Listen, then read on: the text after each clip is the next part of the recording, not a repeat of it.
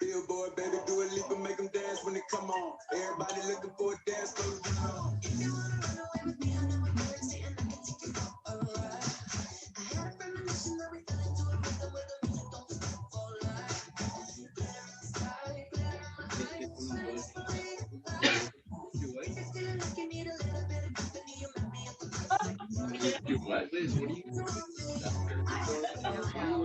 Get on my tablet.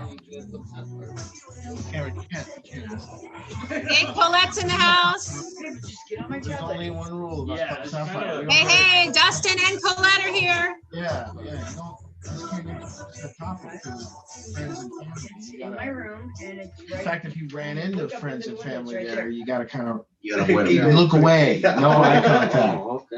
Open my door. Yeah. mention in I'm public, Greg you Miller. gotta Nice to punch meet him you. in the face. I thought we were just introducing. No, we don't ourselves. open it up. I'm going to tell you No, once you get no, there. no, Once you no, get in there, Open it up don't to invite your No. fucking cousin. Some of us never ever go there. Very exclusive. Yeah. Ever. Yes. People are still rolling in here. See me, look away. All right. Why? I'll get beat Okay. up. I'll get beat up for that. What is happening to you? People are messaging me saying they can't get on and stuff. So just hang tight, everybody. I'm just going to get on the tablet. He's addressing it right now.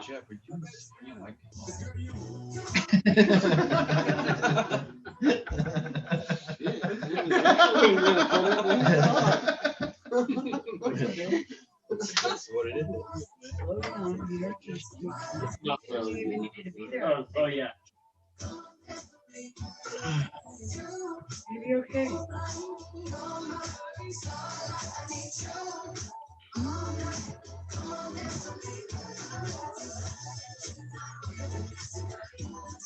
At the end of this song, we'll get rolling. You got it tonight.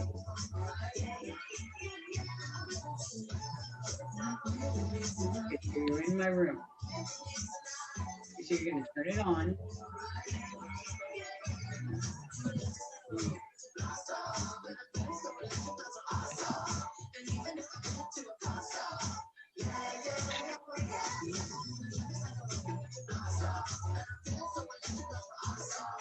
What's the Zoom number? Oh. Do you know the number to get in? Yeah. All right. Sharon Spencer. Do I see Susan Barnett? Awesome. I see the name. I can't see the face yet. Gail Grubb's in the house. Trevor's mama. Hey, Gail. Hi, Trevor. Hi, Angie. Nice to see you. Good to see We you. got Cameron's mom. We got Kaylee's mom. I saw her name too. There's just so many screens. I can't see all the faces, but so glad to see you all. I'm on. There's a lot of people are on. A lot of people are excited about our special guest tonight. We'll get started shortly.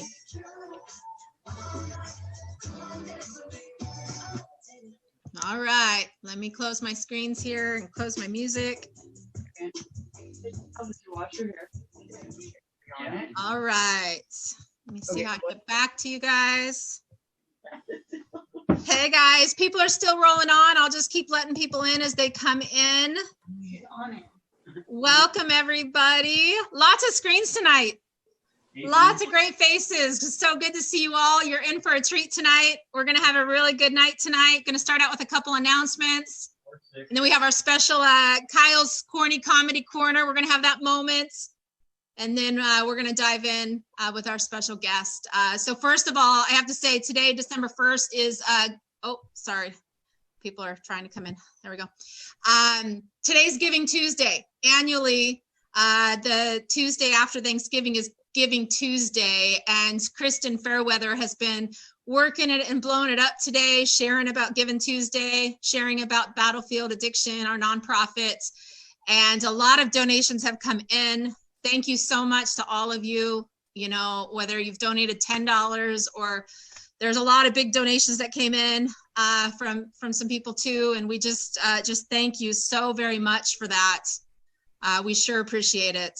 Thank you for your support. Thank you for standing by us through this crazy year. and we sure appreciate it. So Giving Tuesday goes on all day, and that fundraiser on Facebook will actually be rolling for 2 weeks because it lasts for 2 weeks. So there's certainly still time for, you know, year-end giving, and any donation you give to Battlefield Addiction, of course, is a tax write-off, and you know, all that stuff. And just thank you so much for your support, and thank you, Kristen, for working it and just spending the day sharing, and just really appreciate everything that you do, Kristen. And there's so many screens that I can't find you right now. Oh, I see you. There you are. Okay. People are still rolling on. Okay. But thank you so much. And thank you to all of you. Thank you for all of you that are sharing it. And just thank you, thank you, thank you. You know what, Art, let me get you unmuted. And do you want to introduce our Kyle's Corner? Oh. Can you unmute yourself? We're almost there. I did. There Did you I go. make it? Hey. Did I make it? Yes, you made it. All right, go Okay. ahead and introduce our comedy. Okay. Hold on. I got to get it on the right view.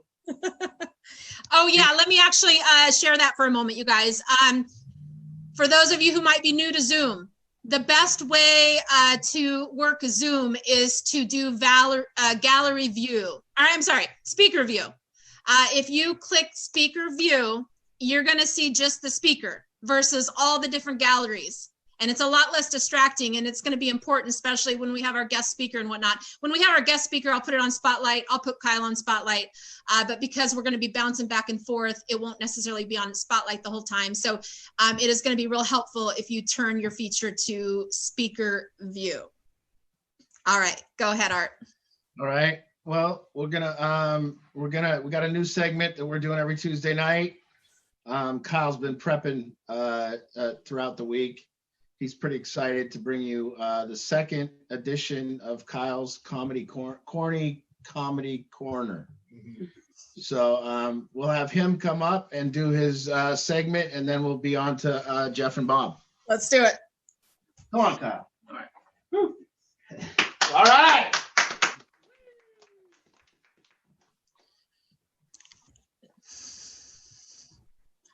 But I just took a drug test. It was negative. My dealer has some explaining to do.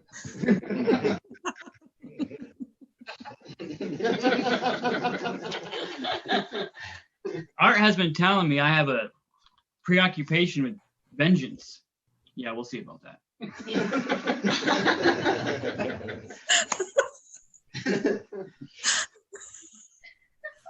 What's the difference between a good joke and a bad joke timing?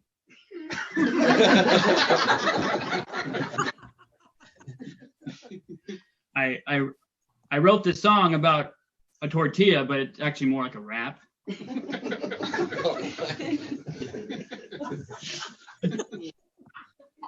I woke up this morning and I forgot which side the sun rises from. Then it dawned on me.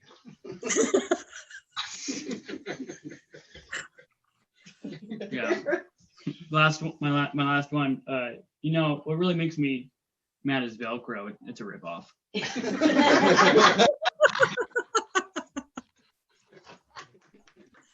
Oh, Kyle. Oh my goodness. That was the best yet. Yeah. Very good. Very good, Kyle. Thank you. Kyle's a manager there at Rebuild Recovery. He's been through the program. Couple years clean. How much clean time? Almost 2 years clean. Yeah. Thank you, Kyle. That was great. All right. So I just want to just introduce, well, first of all, Art, who's on the screen. Just want to introduce, Art and Jeff Costello. Art's really been the visionary behind Battlefield. Our family first approach is really his vision from the start in understanding the importance of helping the entire family.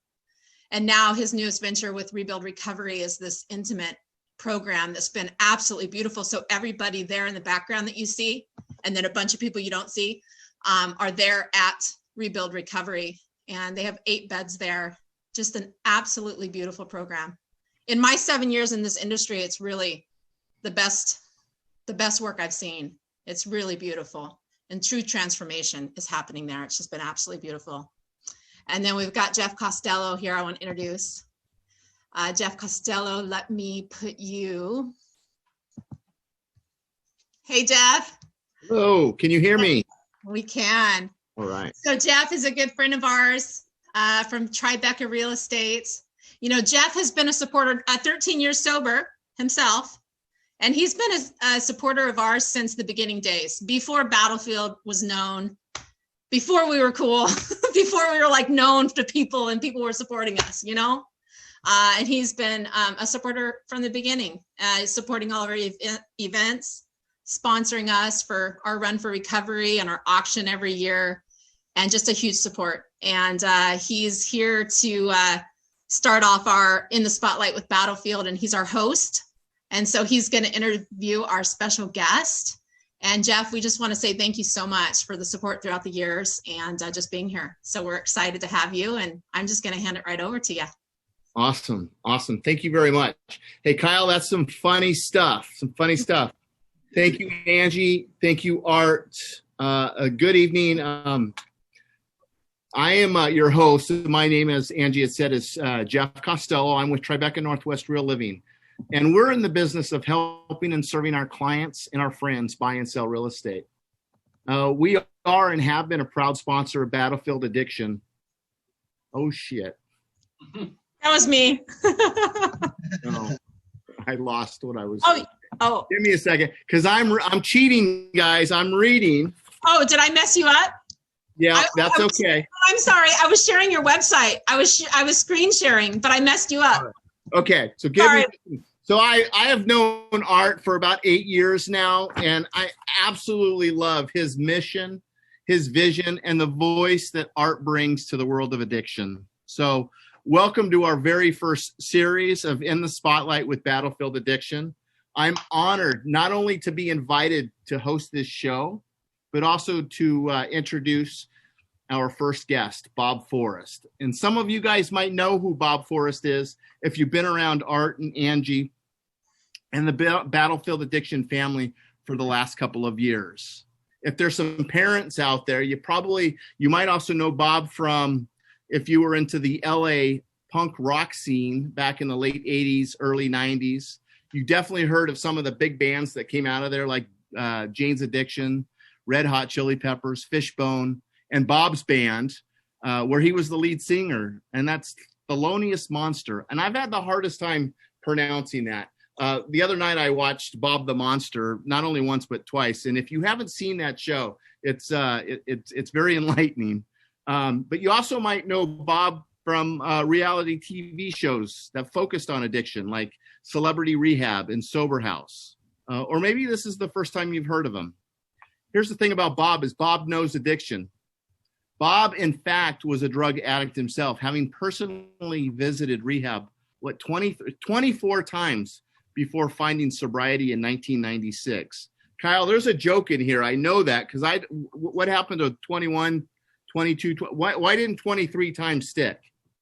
Since then, Bob has spent the last 25 years being of service, helping addicts finding sobriety by not just talking the talk, but walking the walk.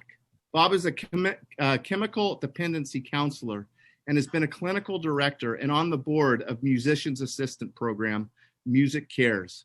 Bob is also the co-founder or one of the co-founders of Aloe House down in Malibu, California. But more than anything, Bob is a recovering drug addict who lives to help other drug addicts find recovery for themselves. Bob has graciously stepped up to share tonight. And after his share, he'll take a few questions. So go ahead and submit your question over to Angie or the chat box. I'd like to introduce Bob Forrest. Thanks, Bob. Hey, everybody. How you doing? Hey, Bob. That's quite an introduction. Thanks, Jeff. Yeah, I've been thinking a lot about sobriety these last 9 months because you're alone a lot and you get to think about, this whole COVID thing has made us, it's a blessing and a curse. It makes you think about like what's important to you and where you were and where you are now and where you want to go. And it's just been I think the whole nation is doing some soul searching and it's pretty cool. It's the things I like. So I'm Bob, I'm an addict and I am 24 years sober, and I went to 24 rehabs. And I mean, bullet points of stories, that's usually what people take away from it. Oh, he went to 24 rehabs. So there's a thing now when you get older, like me and my friends, Anthony and Flea and the Chili Peppers, we think about what's going to be in our obituaries. And I always joke, like, it's going to say went to 24 rehabs, was a friend of the Red Hot Chili Peppers.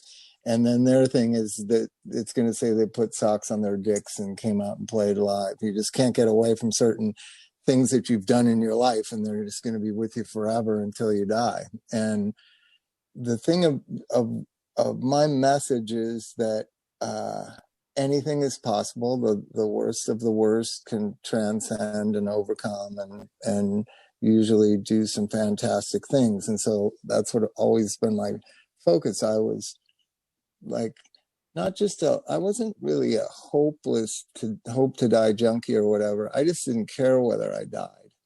And it really wasn't that thing that I thought about very much. Everyone would tell me I'm going to die, and I was like, everybody's going to die. And what I realized looking back on that 10 years of my life of using and not caring whether I died or not, that I wasn't living. I wasn't really living either. I wasn't dying and I wasn't living. So what was I doing? And this, doing some soul searching and looking back on your life, like I've been able to do during COVID, it's made me think like, yeah, I just basically I just not existed for 10 or 15 years. Just get dope, get money, get dope, get a place to stay. Maybe we'll make some music in between, but dope and money and the getting of it and being high on it, it's all I really cared about from when I was about, 26 till I was 35 when I got sober. And so you really, and I hate to see it with young people, because you get in this non-existence reality and then you just die. So it's as if you were given this life and nothing really happened. And so I try to, talk to meet addicts where they are. And I understand you're not crazy about how you're living and you don't necessarily want to die, but you're not too concerned about it. And so what happened to me was I was born a spoiled, rich brat and raised by parents who didn't really want a kid. And I grew up in Palm Springs, California. And my family's solution to things were just to buy things. Pretty much everything that happened in my life, I've been thinking about it, like that I went to 24 rehabs. That was unheard of. Like when I went to Exodus Rehab for the 8th time, this guy Roland that ran it, like, what the fuck why are you back here? And I was like, because I want to get off drugs. And then he was like, no, you don't. You just want to get everybody off your back. And I was like, well, whether I want to get everybody off my back or I want to get off drugs, I'm here. And it was really unheard of that somebody went to rehab after rehab after rehab like I did. And now it's very commonplace. Now it's very common I've met 22-year-old kids that have been to 20 rehabs. And I just realized, like, I was kind of a trailblazer with that. And then the idea that my family just thought if you bought things and played enough golf and drank enough alcohol and wore enough diamonds, that everything would be okay. And it was very abnormal in a time like in the 60s and 70s when I was growing up. People weren't gaudy like they are now. My mother was very gaudy, it's called. Now it's kind of a celebrated thing to celebrate your wealth and talk about how wealthy you are and the Kardashianization of America. And so I realized I kind of lived these two things that were foretelling of what the society was going to be like. I've been doing a lot of thinking about that. Like, what is wrong with our society? And it's not just addiction. Addiction is just a symptom to how sick this society is. Codependency is a symptom of how sick our society is. So the fact that addiction went from a small percentage of the population, like 3% of the population, of which only a 1% ever used heroin, to 20% of the population, and 10% of that population uses opiates and heroin. How did that happen? How did it grow so much in my lifetime? How did it go from this small kind of population of people, where in 1988, when I went to my first rehab, I went back and looked, 3,600 people died in the United States of a drug overdose. 3,600. And I always joke, I probably knew like 40 or 50 of them. So there were only 3,000 overdose deaths in 1988. And I believe in this year of COVID in 2020, after all is said and done, there will be 100,000 people will die of drugs in America this year. How did that happen in 30 years? It's just incomprehensible. And I think it is the sickness. I think my family was sick. I think they contaminated me with their sickness. And now the whole society is contaminated with greed and selfishness and self-pity and all the things. So now I don't see things as addicts are this separate population that are just anomalies based on their genetics and their trauma, and then they end up using drugs and alcohol and become addicts. I see the whole society as sick, and larger portions of that society are susceptible to drug and alcohol use, suicide, feeling hopeless, helpless, and lost. And I think that's part of the stuff that's going on in our society. So with me, I just kind of recognized at an early age that I didn't like the way that my family kind of operated. I didn't like my mom in particular. And I remember I was 8 years old, and we were coming back from having dinner with my parents' best friends at this place in Palm Desert, California. And my dad was really drunk, so he was in the passenger seat. My mom was driving. We were stopped at a stoplight, and I was sitting in the back seat. I was 8 years old. And my mom was talking mad shit about her best friend, Ollie Grace. Like, what a stuck-up bitch she is, and da-da-da-da-da. And they had just spent 2 hours having dinner with them and joking around and drinking and, being big shots. And then and the way that light from the street light flashed on her face, she looked like really hideous and ugly. And the things she was saying were hideous and ugly, because I loved Ollie Grace. I loved her friend. And I just remember thinking at 8 years old, I got to get away from these people.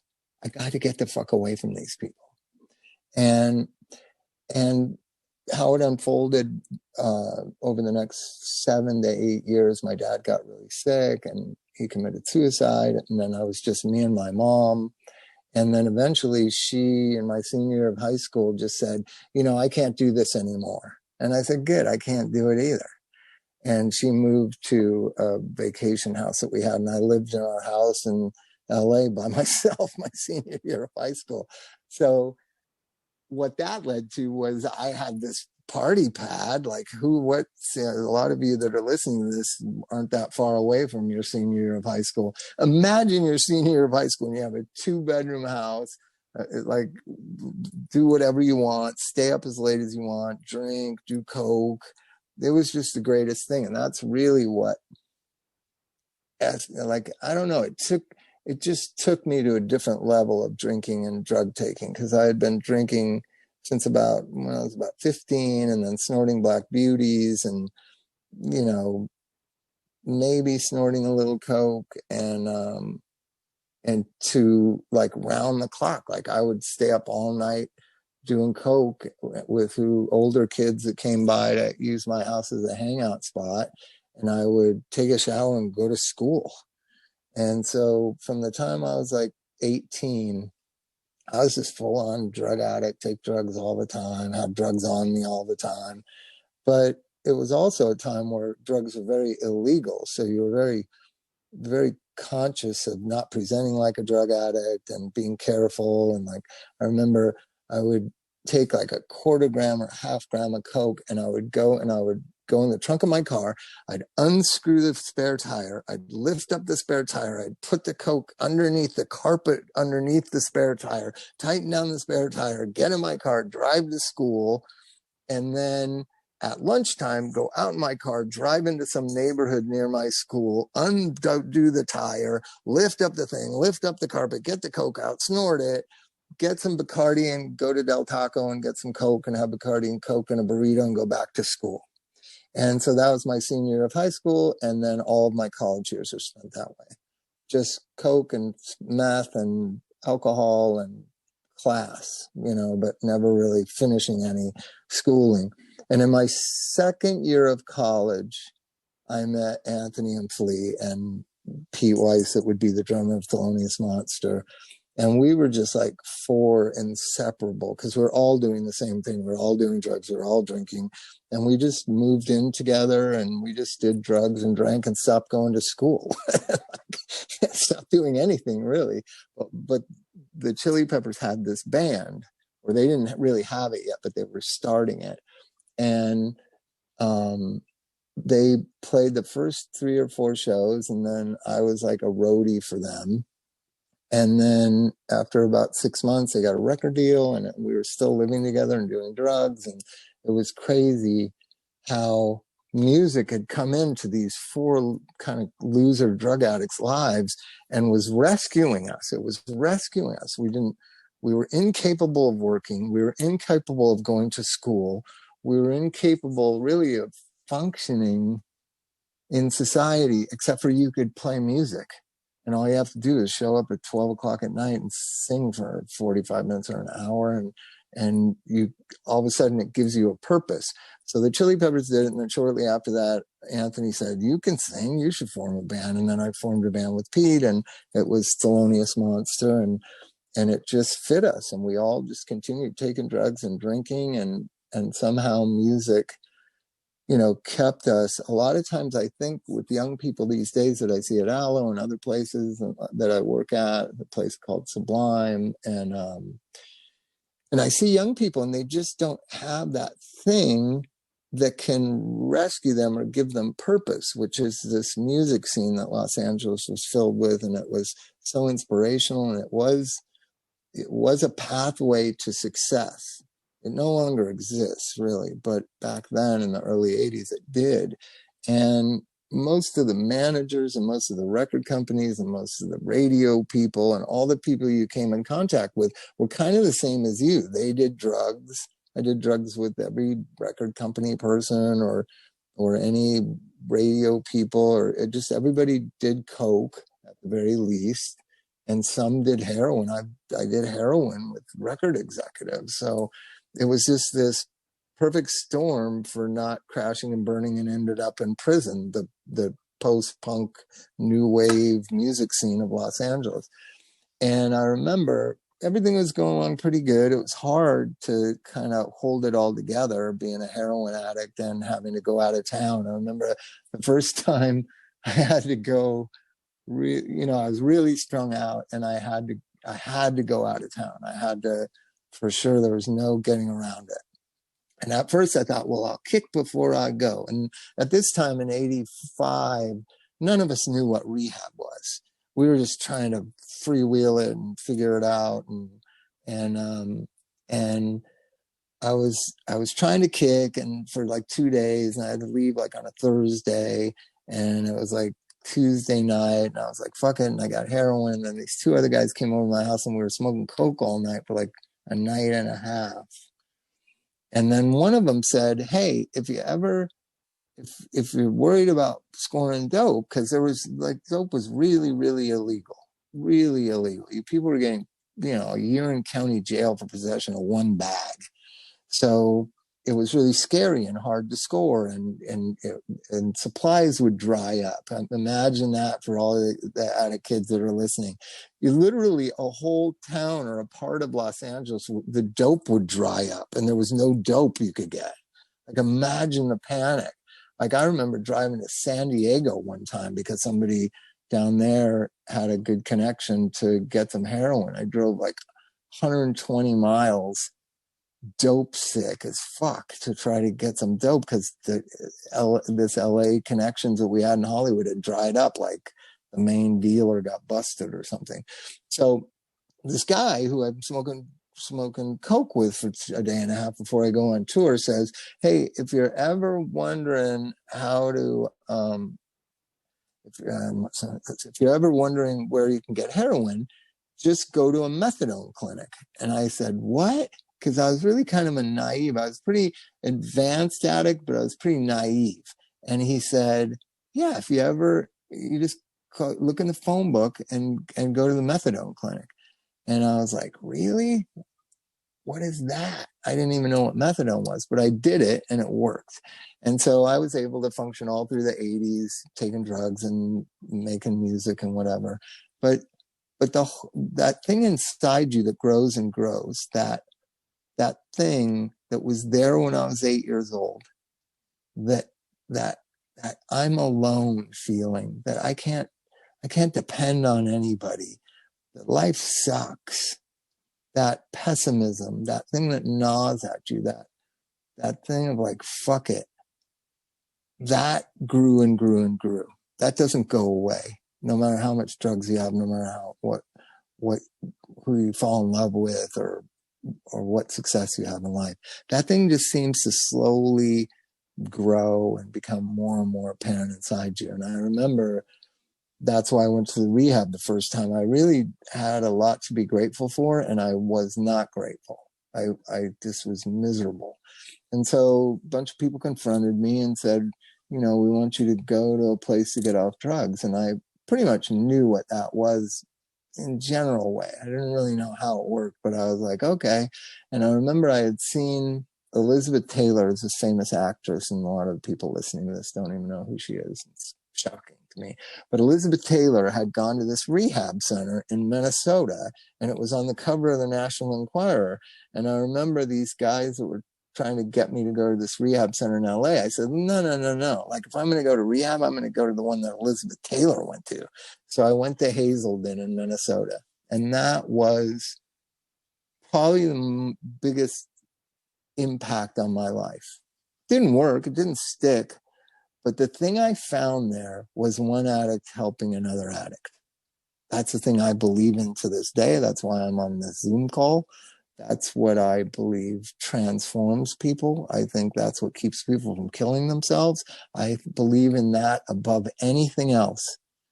Kindness, simple thoughtfulness and kindness of one person trying to be there for another person in this long chain of love and compassion because somebody was there for that person.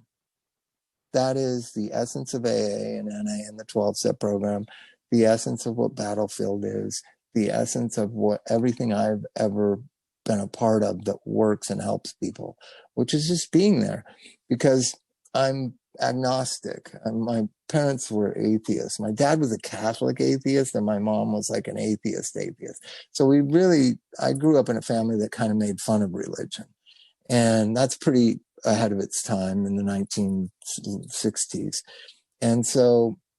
And I remember saying to my mom one time, why do I go to Catholic school if we don't believe in God? And she goes, it's better education than regular school. And I was like, oh, okay. So everything is logical. Everything is reasonable. And so I grew up in that. I don't have the God thing in my head. It's not something against people that have God. I just didn't grow up with religion. My mom was very outspokenly agnostic. She was from Sweden. Like that means something. I don't know. Swedish people tend to be agnostic. So when I got to the rehab, I had never come in contact with religion. It wasn't something that was in my friends' lives. It wasn't something that was in my family. Religion was something that I don't know. It just was something that other people believe in and that I don't, and no one I know does. And I go to this rehab center, and I remember after the detox was like 5 or 7 days, and I walked into the main room once they brought me to the main dorm, and I had this oh, sorry about that. And I had this cup of coffee, and I walked up to these two signs that were on the wall of the main room of this dorm I was in. And I looked up at it, and it must have had the word God on it like 40 times. And it was the 12 steps and the 12 traditions of AA. And I was like, whoa. And, you know, and I'm still kind of detoxing, you know, it's pretty out there for many, many years. So this is like day 8, and I see all this stuff on the wall about God. And I was like, well, I must have ended up in the wrong rehab, some religious place or something. And I remember going through that day, and I went to group therapy, and I went to talk to my counselor, and everything they were saying sounded like they were a cult of something, or like Jim Jones or something. And I was all like, I got to get out of here. I got to get the fuck out of here. And I thought, if I try to leave, of course, like in the movies with the cults and whatever, they're going to like strap me down. Or so I had to act like I'm not leaving. And I knew, like, I got to get out of here. This is like a religious cult. And I went to my room, and I started packing my suitcase, kind of like when nobody was looking. Now my roommate came in, his name was John, and he goes, "What are you doing?" And I go, "Nothing." And he goes, "Are you leaving?" Because he saw my suitcase. And I was like, "Yeah, but don't tell anybody." And he started laughing. He goes, "You just got here." And I go, "I know, but I just don't belong here. This is like not for me. This is," and he goes, "Yeah, everybody goes through that." And I go, "Well, everybody goes through that, but whatever." And I told him, like, I'm not Christian, and I don't do the God stuff. And he was like, "What are you talking about?" And I said, I was trying to go to the place where Elizabeth Taylor went, and I ended up here in this weird religious place. Like, and he goes, "Religious place?" And I go, "Yeah, the whole thing of all the God stuff out in there. And I go, "You seem cool." And he goes, "Yeah, no, he goes, I'm not religious." And I go, "Well, then why are you here?" And he goes, "That's AA. You never heard of AA?"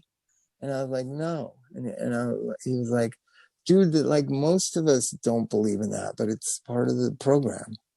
And I was like, and from that moment till this day, I've always believed in just being honest with people about what I'm thinking, what I'm feeling, not being scared, not withholding, not, keeping secret what I'm thinking. I just said, I'm not religious. I don't buy this. I don't belong here. And he said, me neither, basically. He said, but you're a drug addict. And, we had talked the night before when we were going to sleep, and he's a drug shooter. At that time, I only trusted people who shot drugs. And it was weird. And the connection I had with him lasted years and years and years, though he stayed sober and I didn't. And there were other friends that I made there, a guy named Ross, this other guy named Bill, and just the addicts together, like what Angie was describing that's going on at Art's new house. That is the magical thing. And from that, all things in my life, it came from me believing in that. So through the years, I just liked addicts, but I really didn't like the religious part of getting sober until I met people that weren't religious, and they helped me understand how they do it, how you look at things differently. And that's been once again, people helping me, me being honest and not trying to be liked, telling what I think and what I'm going through and what I'm feeling, and listening to their responses. And, a lot of times it wasn't pleasant. I know I had OD'd 2 times in one day. People were kind of tired of me. So I OD'd, and I was in this emergency room, and they had taken my clothes off to give me Narcan, just like in the Pulp Fiction movie. And somehow I called my girlfriend to come pick me up for a ride, and she called people from AA, and then all the AA people showed up at the hospital. I'm sure some of you have had that wonderful experience. I just want to go home, and then like Art and Angie and a bunch of people show up. So I'm just trying to get my clothes back, and apparently the paramedics had them, and the emergency room didn't have them. I'm like in this, this hospital gown, and I'm like waiting there, and all the AA people come in. My sponsor, my favorite counselor, Anthony, a bunch of friends of mine are all there, and they want me to go to rehab. And I was like, I just got out of rehab like 2 weeks ago. I'm not going back to rehab. Fuck this. Sound familiar, gang? So most of them, you know, that was the first time, that was probably 1991. That's the first time somebody said, I'm not going to your fucking funeral. And I said, fine, neither am I. Do you think I give a fuck who goes to my funeral? What are you talking about? Where do you people get this shit? You know, but that's something that, you know, when all else has failed to influence the addict, the person trying to help them, a lot of times we're unhealthy and we got some baggage ourselves and we lash out. And that's been a special one. I'm not going to your funeral. Like, who is there anybody that thinks like, oh my gosh, I'll go to rehab because you're not going to go to my funeral if I die. So all that people leave, but this one counselor, this one Gloria Scott, who's legend in drug treatment and was a part of Synanon, and she was part of Cry Help, and she helped thousands and thousands and thousands of people get sober. And she had a special knack for getting through to baby rock star musicians. She worked with Kurt Cobain, with Anthony, with John Frusciante, with me, and she was just sitting in this chair. And I'd gone through the onslaught of everybody trying to blackmail me and bribe me or beg me or bully me to go to rehab. And I said, I'm not going. I just got out 2 weeks ago. I'm not going back to rehab. I'm not even strung out. So she was just sitting there quietly, and I was waiting to get my clothes. It took like an hour and a half. And finally they bring my clothes and they're all cut up and I'm putting them on, and I looked at her and I go, what, Gloria? And she goes, I'm just trying to figure out what you're thinking. And I was like, it's very simple. I've been to rehab like 5 times in the last year. I'm not going to go to rehab again. She goes, I don't give a fuck whether you go to rehab. And I was like, oh, well, then what are you thinking about? She goes, I'm just trying to think of what kind of fucking father you think you are. Because at this time I had a 5-year-old son. And through all of that, through all the people pressuring me and trying to get me to go to rehab, I never mentioned my son. My son didn't really exist. Only me and my will and me wanting to do what I wanted to do mattered. And she was able to cut through all the bullshit and just ask a simple question. What kind of fucking father do you think you are? I remember it hit me in my chest. And I remember what I said. I said, you are so fucking mean. How could you say that? But it was the truth. And so that night I went and got high and OD'd again, and then was put on a 5150 or whatever it's called against my will. And she came and visited me, and she came in the room and she goes, what kind of father do you think you are? She had this great sense of humor and this biting tone. So I try to model after the people that got through to me. My friend John, like anytime somebody's up in arms about something, I say, well, me too. Like, I'm not crazy about that shit. I don't try to argue them that they should accept this or they should be grateful or blah, blah, blah, because that's not what this John guy did. He just told me, like, I don't believe it either, but it's like, what are you going to do? This is not a Jesus freak rehab. This is regular rehab. And I was like, whoa. That's so cool that he feels the same way I do and he's willing to do it. So it made me stay there. Same thing with Gloria. And I've said it many times to people, that hard thing that you say, not to be mean, not even to manipulate or get them motivated, just to get them to think, you know. And nowadays, a lot of it is about this fentanyl and about, you know, not caring whether you live or die. And I say, you know, well, it is kind of strange to not want to know what's going to happen in 5 or 10 years. Because it's to me, it's not really that crazy an idea if you're like 55 years old and been strung out for 30 years to kill yourself. It's not really outside the realm of what I think is probably possible or whatever. But when you're 20, when you haven't even moved out of your parents' house yet, when you've never had the pleasure to like run your own life, make your own decisions, when you've never really functioned as an adult that can do whatever the fuck you want. If you want to quit your job and move to New Mexico, you can.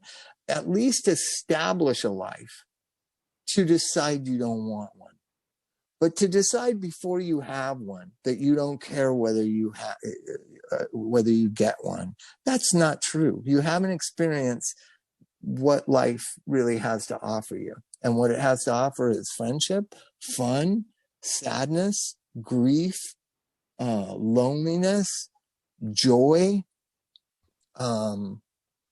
surprise. I'm surprised a lot of times. You know, to the satisfaction of coming up with an idea and executing it and reaping the rewards of that idea, whether it's just simply praise for doing something smart and good, or financial reward, or, you know, flipping a house. You know, I remember, you know, when I was like 20, my engine in my Volkswagen blew up, and my friend said, you know, they're pretty easy to put in. And I was like, come again? And he said, yeah, Volkswagen engines, they kind of come all in one piece. If you want to, we could probably get one for $300 and we could put it in. And we did. Just stuff like that. Like this stoned alcoholic friend of mine said, we could just go to a junkyard and buy a Volkswagen engine and take theirs out. It's pretty easy. And we did it, and it worked. I remember starting it up and thinking, this is fucking amazing. This car is broken. The engine was seized up. I don't have a lot of money to get it fixed. I was going to junk it for $200, and I paid $260 for a used motor out of a crashed Volkswagen, and we did it. Me and this fucking crazy, drunken, pot-smoking friend of mine. It was amazing when that car started up. It was amazing.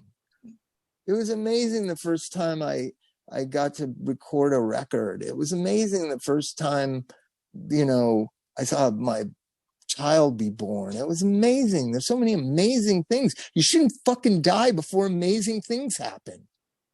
That's my motto. And yeah, was I sad? Was I on drugs? Was I bummed out? Of course. That's fucking 50% of the people in the country. Like, why does everybody think they get to walk through the raindrops? That's not true. Everyone has sadness. Everyone feels these emotions. This idea that addicts feel so much more, that's bullshit. That's bullshit. Everyone feels, right? A friend of mine's kid died, 4 years old, fucking died a year ago. Do you know the pain that man was in? That he's not an alcoholic. He's not special drug addict guy. He's a normal person who's going through the most intense pain and suffering and grief I've ever seen in my life. And you know what? He didn't kill himself. And you know what? He didn't relapse. He just experienced it. That's what life is. And that's what it's called, the genuine, authentic, fully realized self. That's what we're all trying to get to. Most people aren't as motivated as us. Most people are not as self-examining as us, as addicts, right? We're forced to self-examine because we got this liability that keeps dragging us sideways again, to the left, down and to the left, like the Kennedy assassination. We just keep doing the same things over and over again, expecting different results. And once we can conquer that thing, we have great insight about ourselves. We have great insight about the human condition that normal people don't usually realize. So I always say, if you have addiction and you can overcome it, you're ahead of the game, right? And if you can really overcome it, like Kyle's 2 years, it's amazing. And 2 more years and 2 more years after that, all of a sudden you're the person who your people in your family and your circle of friends depend on for emotional support, for advice, for help with their kids that are on drugs. Like, how does the person who people are saying, I'm not going to your fucking funeral, you're a selfish asshole, fuck you. And the person that when people moved, 2 of my friends moved This is a funny story. So I used to always go by their house and bum money from them or whatever. And I go to their house one day and there's nobody there. And I look in the window and the apartment's empty. And I was just like, huh. And they didn't tell, I was there like a week before, they didn't tell me they were moving. And so then I went to a payphone. This is pre-cell phone. So I go to this payphone and I call my friend to ask where they moved. And he goes, I don't know. I go, you don't know where Keith and Louie moved to? And he was like, well, I do, but they don't want you to know where they moved. And I remember thinking like, oh my God, I'm the guy that when you move, you don't want your friends, your friends don't want you to know where they moved to. That's who I've become. And it made me sad and fucked up. I was the guy, when people don't want me to know where they live, they say, I'm not going to your funeral. Fuck you. You're the most selfish asshole I've ever met. What kind of fucking father are you? To just a few years of sobriety, and those same people were welcoming me into their lives, had forgotten that they didn't tell me want me to know where they lived, asked me for advice, to the point where my family, who had legally disowned me, were now asking me to help with my nieces and nephews and their drug problems. That's where you can get to. I'm not bragging. I'm just saying that's what happened to me. That's what's happened to everyone I know who's gotten sober and stayed sober a few years. It's this transformative kind of thing, like a completely different person, right? And it happens to everyone that I see go through it. Today is one of my best friend's 10-year anniversary of sobriety, December 1st. I texted him last night, about 6 o'clock. I said, you got 6 more hours. You sure you want to go through with this? Meaning, and our joke down here in LA is if you get 10 years, you can't ever use again, because we've seen so many people with 10 years sobriety never get sober again. I know there's a lot of happy stories, and Art's told me some about people that have screwed up after 10 years, 15 years and gotten sober again. I've yet to see it down here, and I've seen hundreds of people do it.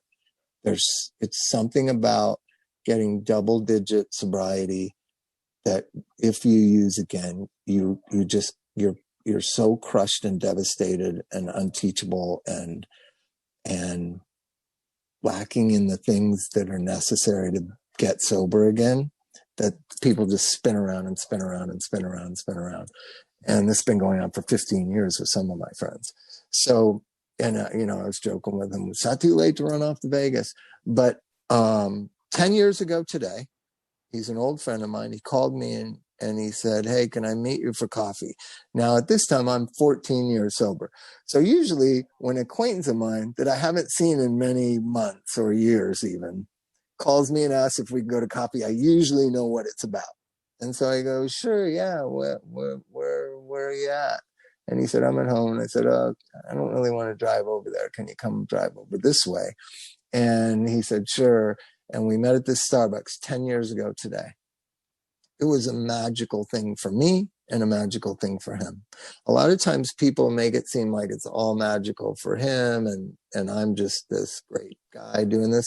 No, it was at a time when my son was being born and I needed a friend and he needed support in getting sober. And so he said, I want to go to rehab. And I was like, oh no. What? I guess he's a drinker and coke snorter. And I said, for drinking and snorting coke? And he said, yeah. And I said, they need those beds for the heroin addicts. You don't need to go to rehab. Just hang out with me every day for 3 months. And that's what we did.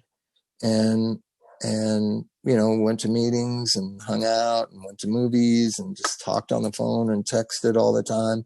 And that one thing that I'm telling you, one alcoholic helping another, one addict there for another, one human being there for another human being. And this magical cross currents that happens that Art stumbled upon years ago and he's been doing forever, that Angie stumbled upon based around her tragedy. I discovered it. It's this thing, I see it when you guys are sitting there watching Kyle. I see it when I was up at Battlefield and met Jeff for the first time. It's this thing. this indefinable thing. And I choose to call it love. You can call it fellowship. You can call it the program. You can call it, you know, Eckhart, whatever, the be here now. You can call it anything. But it's something about opening your heart up. I Eckhart Tolle, right? So there's something about opening up your heart and really not wanting much in return, just maybe some friendship, camaraderie, laughter, you know, meaningfulness in a world full of meaningless bullshit. Caring about people is meaningful. Let me say it again. In a world filled with meaningless bullshit, and that is 90% of my day is indulged in meaningless bullshit. Yet, there's this meaningful thing that I can do anytime, and I don't do it enough, and I don't think I want to, and I'm always resistant to it. When I do it, it's magical. And when I do it, it enriches my life and my will to carry on, right? And, you know, and I always wonder, like, I like to say the nuts and bolts of things. When I got sober on March 16th, 1996, I had no front teeth. These are all fake. These are all posts up in my skull. I had no front teeth. I owed the IRS $218,000. I owed back child support $43,000. My career in music was over. As you know, my friends didn't even want me to know where they lived. I had hepatitis C so bad I could barely fucking function. I had scabs all over my body. From that moment, from that hopeless kind of death rattle, you can build a foundation of a whole new you. Got teeth, got a place to live, got a job, got a wife, got a beautiful family, got friends. But it doesn't happen overnight, and you're not entitled to it. It happens slowly, but surely, but surely. I remember at about 8 years sober, there was one friend of mine that still didn't trust me, and it drove me fucking nuts. And I wanted some of my other friends to tell him, like, I'm trustworthy. So did you tell him that I'm a good guy? And they'd be like, yeah, I've told him 100 times. He just fucking doesn't believe it and doesn't like you. And so anytime you're told somebody doesn't like you, that becomes a focus of your energy, right? So like I thought, like, this guy's never gonna. I talked with my sponsor about it, like, he has the right to not like you, Bob. And I was like, no, he doesn't. I'm a good guy. He's got to like me. And they're like, no, you don't get it. You don't get it. You know, that's his thing to sort out. And so I just kind of tried to live knowing this guy hates me. And it made it for uncomfortable because we have mutual friends. I'd be at other friends' kids' birthday parties with my kids, and the guy's there, and I know he doesn't like me, and he would purposely walk into different rooms, and I'd see him like, hey, dude, and they're like, yeah, hey, dude. And this went on for years and years and years after my focus on him not liking me. And just recently, like right before COVID, he reached out to me and said, I have something I think I need your help with. And I was like, whoa. And it was a family member of his, and I helped him. And we still didn't get along very good. We hung out for like a couple months, and, you know, off and on. It was a family member of his. And we talked on the phone, but it was just like distant and weird. And I really did realize the thing that people were trying to tell me 16 years ago, which it's on him, really. Not everything's personal. And this gets to the real crux of what I was taught that it helps me. And Gloria used to say, most days it's your movie, but some days it's not your movie, Bob. Some days you're just a bit player in somebody else's movie. And it really helped me because I love movies and I love the idea, and I understand narcissism and I understand selfishness and self-aggrandizing. And I accepted that. Like, I liked how she phrased it. Most days it's your movie, but sometimes it's somebody else's movie and you're just a bit player. And I try to live my life like that. Like some days you're just a bit player. And that's the way that I think about humility. It's like, I'm not willing to relinquish and I'm never willing to lie and be phony. That, oh, it's never my movie. I'm just always for you and for the other. And I'm so sacrificing. No, most days it's about me. But once in a while, it's about you. and sometimes a lot of days of you piles up, right? Especially when you have little kids. I have 2 little kids. Like, it's hard to be selfish when you got 2 little kids because they're selfish as fuck. They are so self-obsessed. A 4-year-old is so selfish. So it's hard to get your selfishness in there, right? And so a lot of you might never want to have children. I never really thought I wanted to have children. Now it's one of the greatest things in my life, but they are a selfish little asshole. Something comes in the mail and she goes, "Is it for me?" I go, "No, it's not for you." And she goes, "Oh, I didn't get anything." It's like, kids are selfish. And so we're alcoholics. And so now we're all Americans. So we're all fighting for it to be our movie and ours and me, and celebrate me. And let me take a picture of me with somebody else. Let me take a picture of my food so you can see how great the food I'm eating is. Me, a selfie. It's a me. It's not a selfie. It's a me. It's me. It's all about me all the time. Let me post this. It's about me. Like, this society's become so sick with selfishness and self-obsession that it's pretty neat to be around little kids and have to like defer to them or to be there for my friend 10 years ago today and last night when I was joking with him, and to be there for other people. It kind of breaks up the monotony of me, right? And it is a monotony of me. And now we're a society of me's. Right? Andy Warhol said in 1974, I think, that everyone in America will get their 15 minutes of fame. And I remember everybody thought, what is he talking about? He's a fucking freak. Like, what is he talking about? Look, this is what he's talking about. This is what he's talking about, this society we live in. And so I hope you can find some way to find some peace and some way to find some truth and some way to allow people to love you and allow yourself to love others and open up and be there for other people. You don't have to do it all the time. Just do it once in a while. It's just keeps me moving forward. And that's all I really got to say. And thanks for listening, you guys. Thank you so much, Bob. Let me get these guys unmuted. Thank you so much, Bob. I find myself smiling so big, and I just have to tell you, Bob, so much when you share, I can't help but just think how much my son, Devin, I wish that he had met you. I know I've told you this. I know. I can't help, but when I listen to you and your no bullshit kind of talk, he would have dug you, and I just love it. Thank you so much. I find myself smiling so much that it makes my cheeks hurt. So thank you. Well, thanks for having me. Jeff, did we get you unmuted? And Art, did we get you unmuted? Yeah. Right, Let's great. I want Jeff to just kind of, Bob, you don't mind doing an interview with Jeff and maybe No, that'd be fine. Yeah. That'd be cool. And Jeff, if I can just give everybody direction before you start so they can start lining up.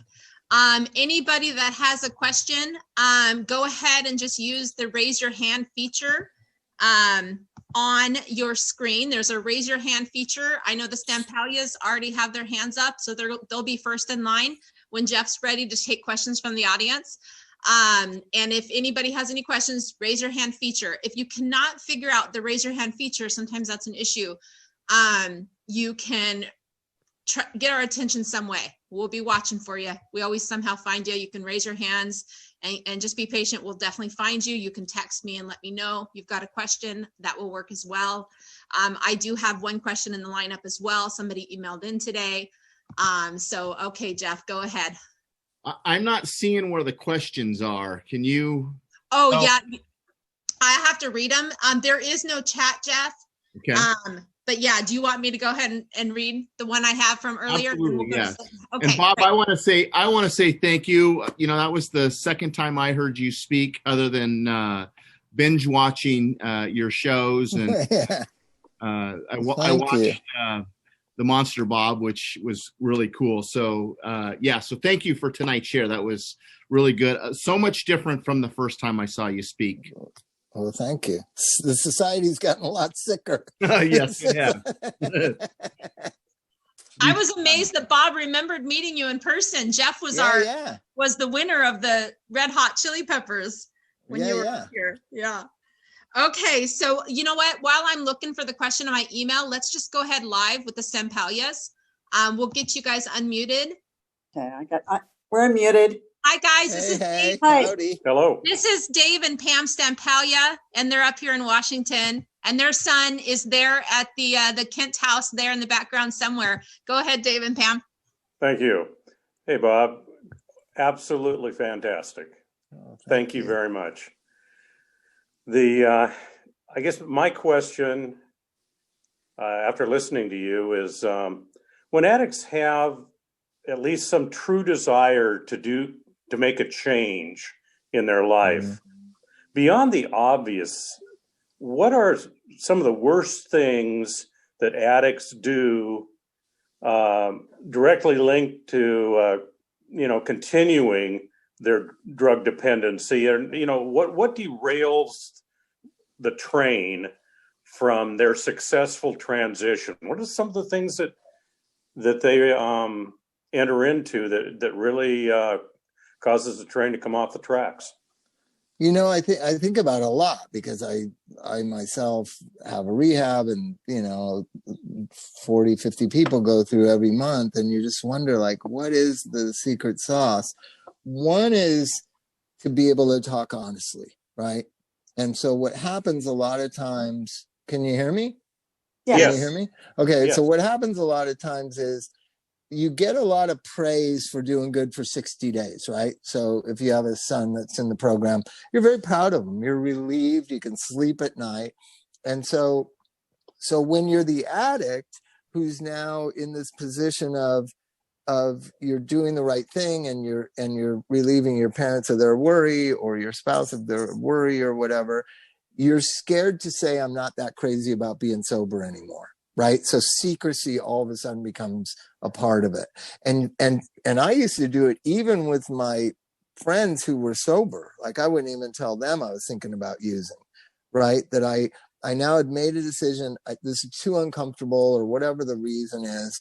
And you make this decision, I'm going to go back to using, and you don't want to say anything, because if you say something, you maybe won't go back to using. Right. So you keep it secret, and you don't even tell your boyfriend or girlfriend or your friends in the sober living. You're certainly not going to tell your parents, who are so relieved and you feel so guilty for causing all the trouble for. So you become this like controlled or a prisoner of this lie. Yeah, you trap yourself. You trap yourself. And I've found it time and time again, once I finally got sober, I would just tell people, like, and even at 4 months, I remember at 4 months, I was getting a lot of good praise. Like, you make it past the 90-day point, everybody's really proud of you, and you've gotten all this kind of good boy, attaboy type stuff. And I wanted to use so badly. And the only thing I knew to do was go to a meeting. And the meeting made me want to use more. Right? And finally, I walked out of the meeting midway through the meeting, this AA meeting in Silver Lake. And a friend of mine was outside smoking. And I didn't expect that. And he was there, and he goes, "Where are you going?" And I go, "It's like, I don't know." He goes, "What?" And I said, I can't, I'm going to go get loaded. I can't deal with this. And he goes, "Oh, why?" And that why question, he didn't say don't go. He just said why. And just me telling him that started this conversation of I don't really know why. I just want to use. And he goes, "Well, that makes sense. You're a drug addict. You only got 4 months sobriety. You want to use." And I hung out with him. That being honest, like, you'll hear it repeatedly, that once people relapse, you always hear, yeah, I had made up my mind like a long time before, and then I just finally went off and did it. And a lot of times nowadays, with the treatments so prevalent everywhere, people will use in treatment and then lie about it in the sober living and stuff. That's why I love Kyle's joke about I got drug tested, I tested negative. The drug dealers got a lot of explaining to me. Because I have actually suspected someone of using at one of my sober livings. This is years ago. I suspected. I said, "Dude, you're high," and he's like, "No, I'm not." And they always say, "Test me right now." And I said, "Okay." Right? They always do. And I tested him, and he was negative. And he said in the bathroom, he said, "Really?" I go, you used, didn't you? And he goes, "Yeah, but how could you test clean?" Because Art knows, because they were $4 tests. Well, thank you. We continue to learn every day from Art and the organization. And I think back when this all started for us, when we met Art, and that you don't know what you don't know keeps coming back to me. How little I knew back then and how far I have to go yet. Well, I'm going to make you feel better. You want to feel better? Sure. And in what year was it? In 2002, I was running a psychiatric hospital for drug and alcohol treatment. I was the guy in Hollywood that if somebody was screwed up on drugs, I'm the guy they called. And I had a friend staying from Texas at my house. And I was up in my bedroom. It was like 10:30 at night. And he comes upstairs and he goes, "Elijah's high right now." That was my 12-year-old son at the time. And I said, 13-year-old son. So this was 99. And I said, "What?" And he goes, "You got to go up there." And so I went downstairs in my son's room, and he was high on, tweaking on meth and walking around the room. I had no idea. It had to be a addict friend of mine, sober addict friend of mine, coming and staying with us for a couple of days. Just, because we had a routine where my son he had a front part of the house, and it was just me and him living in this house. And we'd have dinner together, we'd hang out, we'd watch TV, and then he would go in his room and get high.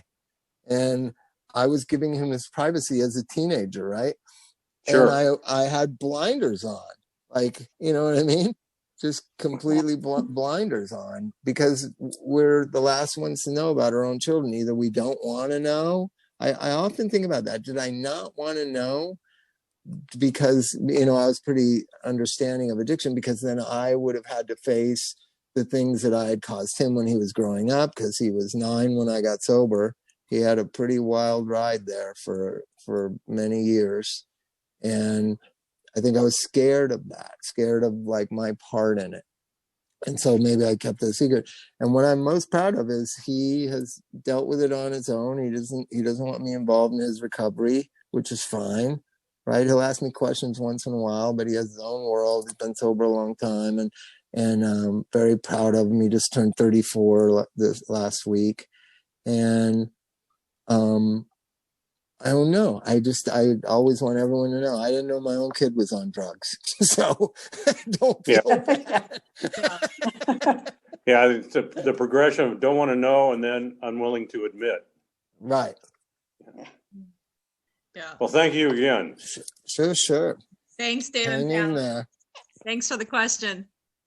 And we have one that came in via email. Penningtons, can you unmute yourself while I read your question? Who's that? They're going to unmute themselves, but I have their question.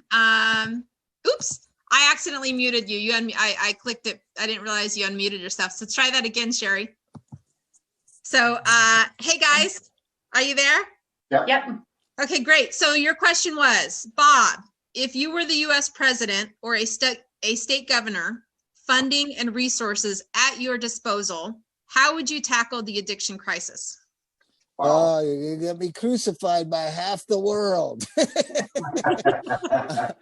I just want to say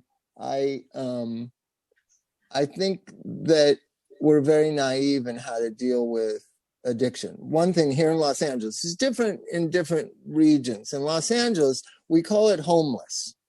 We love calling it homeless. Now I was at a housing homeless advocacy meeting, and they told me they don't like the word homeless. They prefer the word unhoused. So they make it all about shelter. Why are all these 50,000 people sleeping in the streets of Los Angeles, right? It's a mental health problem and an addiction problem. I mean, 75% of it.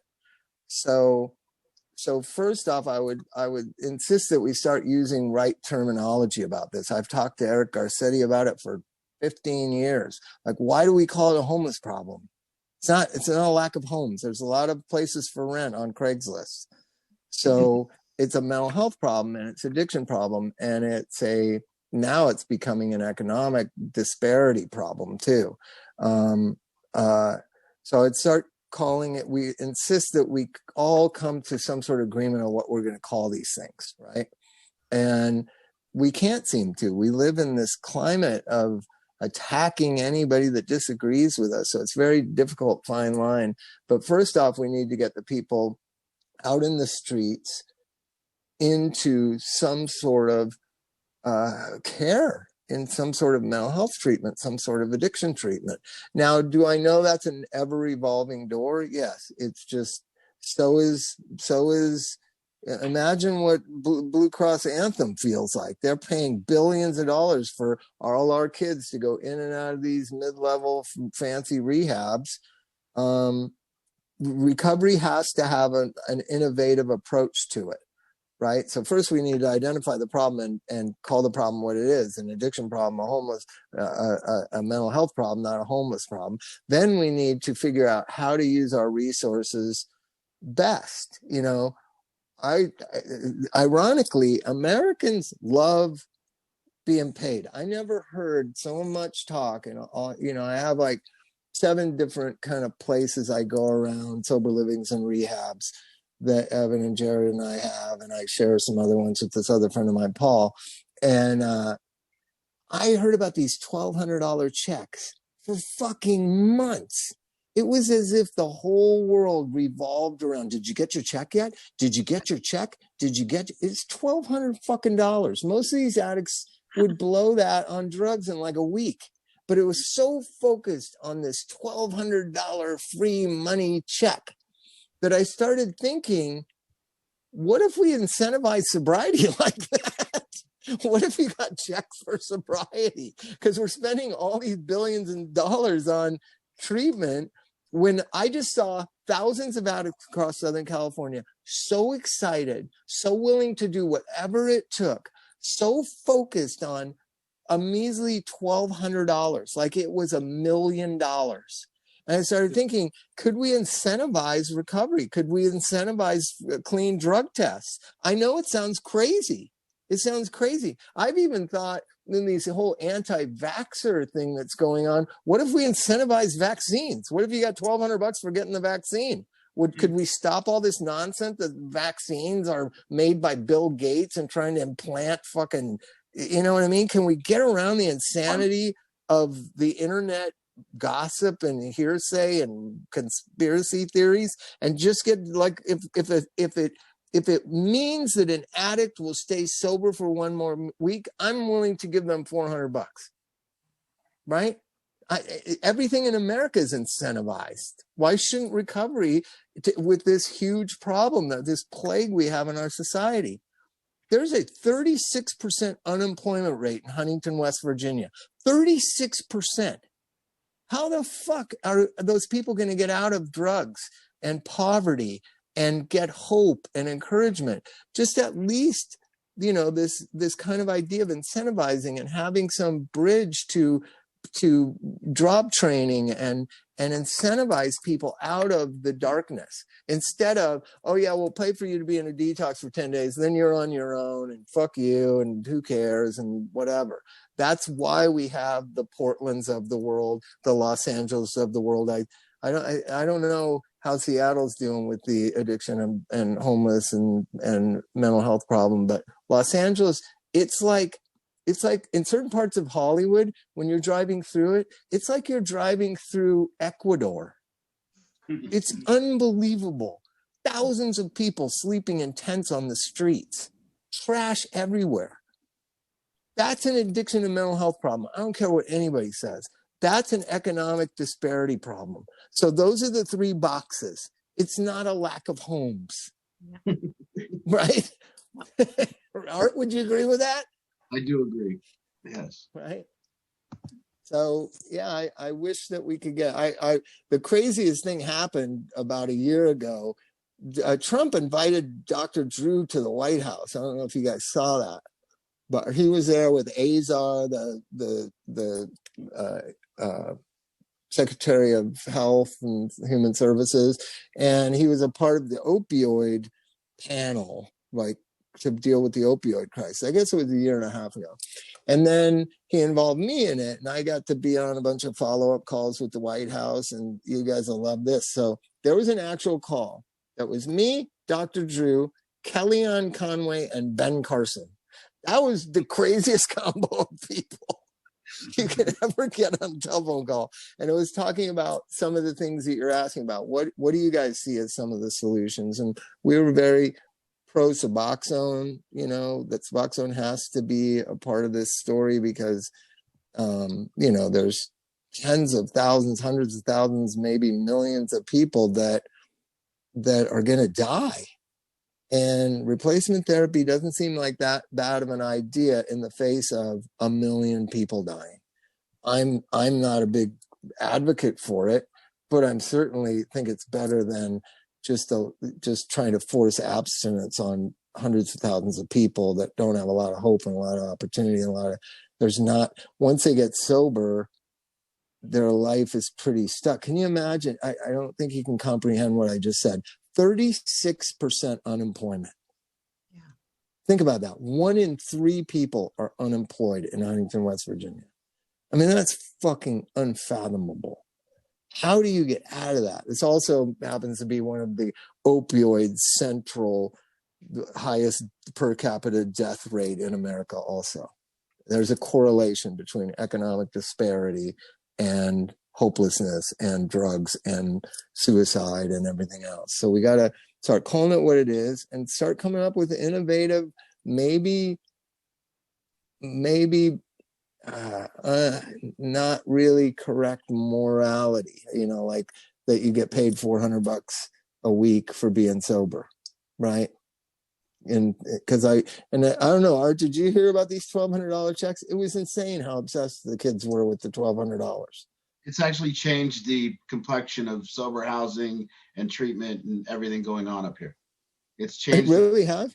Yes. I mean, it's made it so there's been so much, and unemployment combined, and it's made it so many youngsters that could never get out of sober housing have now gotten to apartments and are destroying their lives in those apartments. Right. They're not ready to be in apartments and they didn't earn it.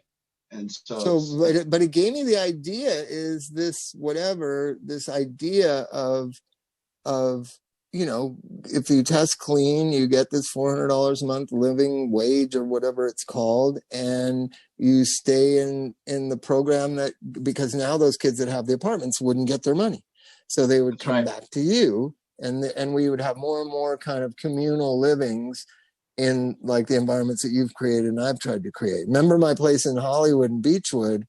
That was just like me living there with 5 drug addicts. I don't know if you remember that. That was crazy. Dude, I was 50 years old doing that shit. That was crazy. but it was fun and it was necessary because I was going through a horrible time in my life. But everybody stayed sober. It was magical, like what Angie was describing. I had that in Beechwood, and then I thought, like, what if you had dozens and dozens and hundreds of these places around Los Angeles, and people were incentivized to stay sober? Wouldn't that work? I think it would work. Yeah, as dumb as crazy as it sounds. I think the drug testing ways to drug test would need to be solid. That's about it.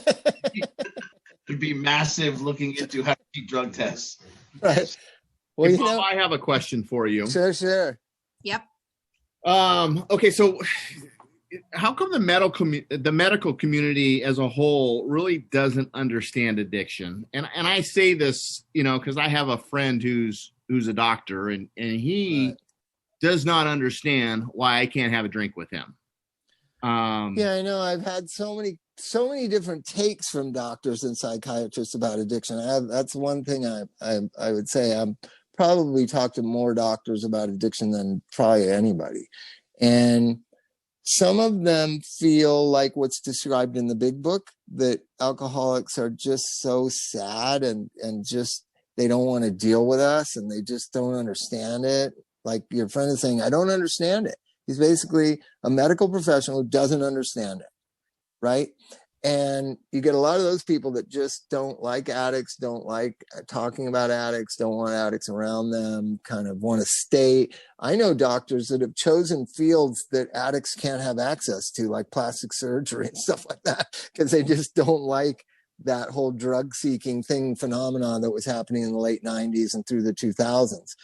There's other doctors that really, like Dr. Drew, I would say, really believe that treatment and the length of treatment is a guarantee, right? So the example being, I've had several cases where Drew said, oh, they need to be in cry help for 6 months. And I was like, well, they're not willing to do that. So what are some of the other ideas that you would support? And he's like, well, they're not going to make it if they're not willing to do that. And I said, well, you don't know that. You can't say that.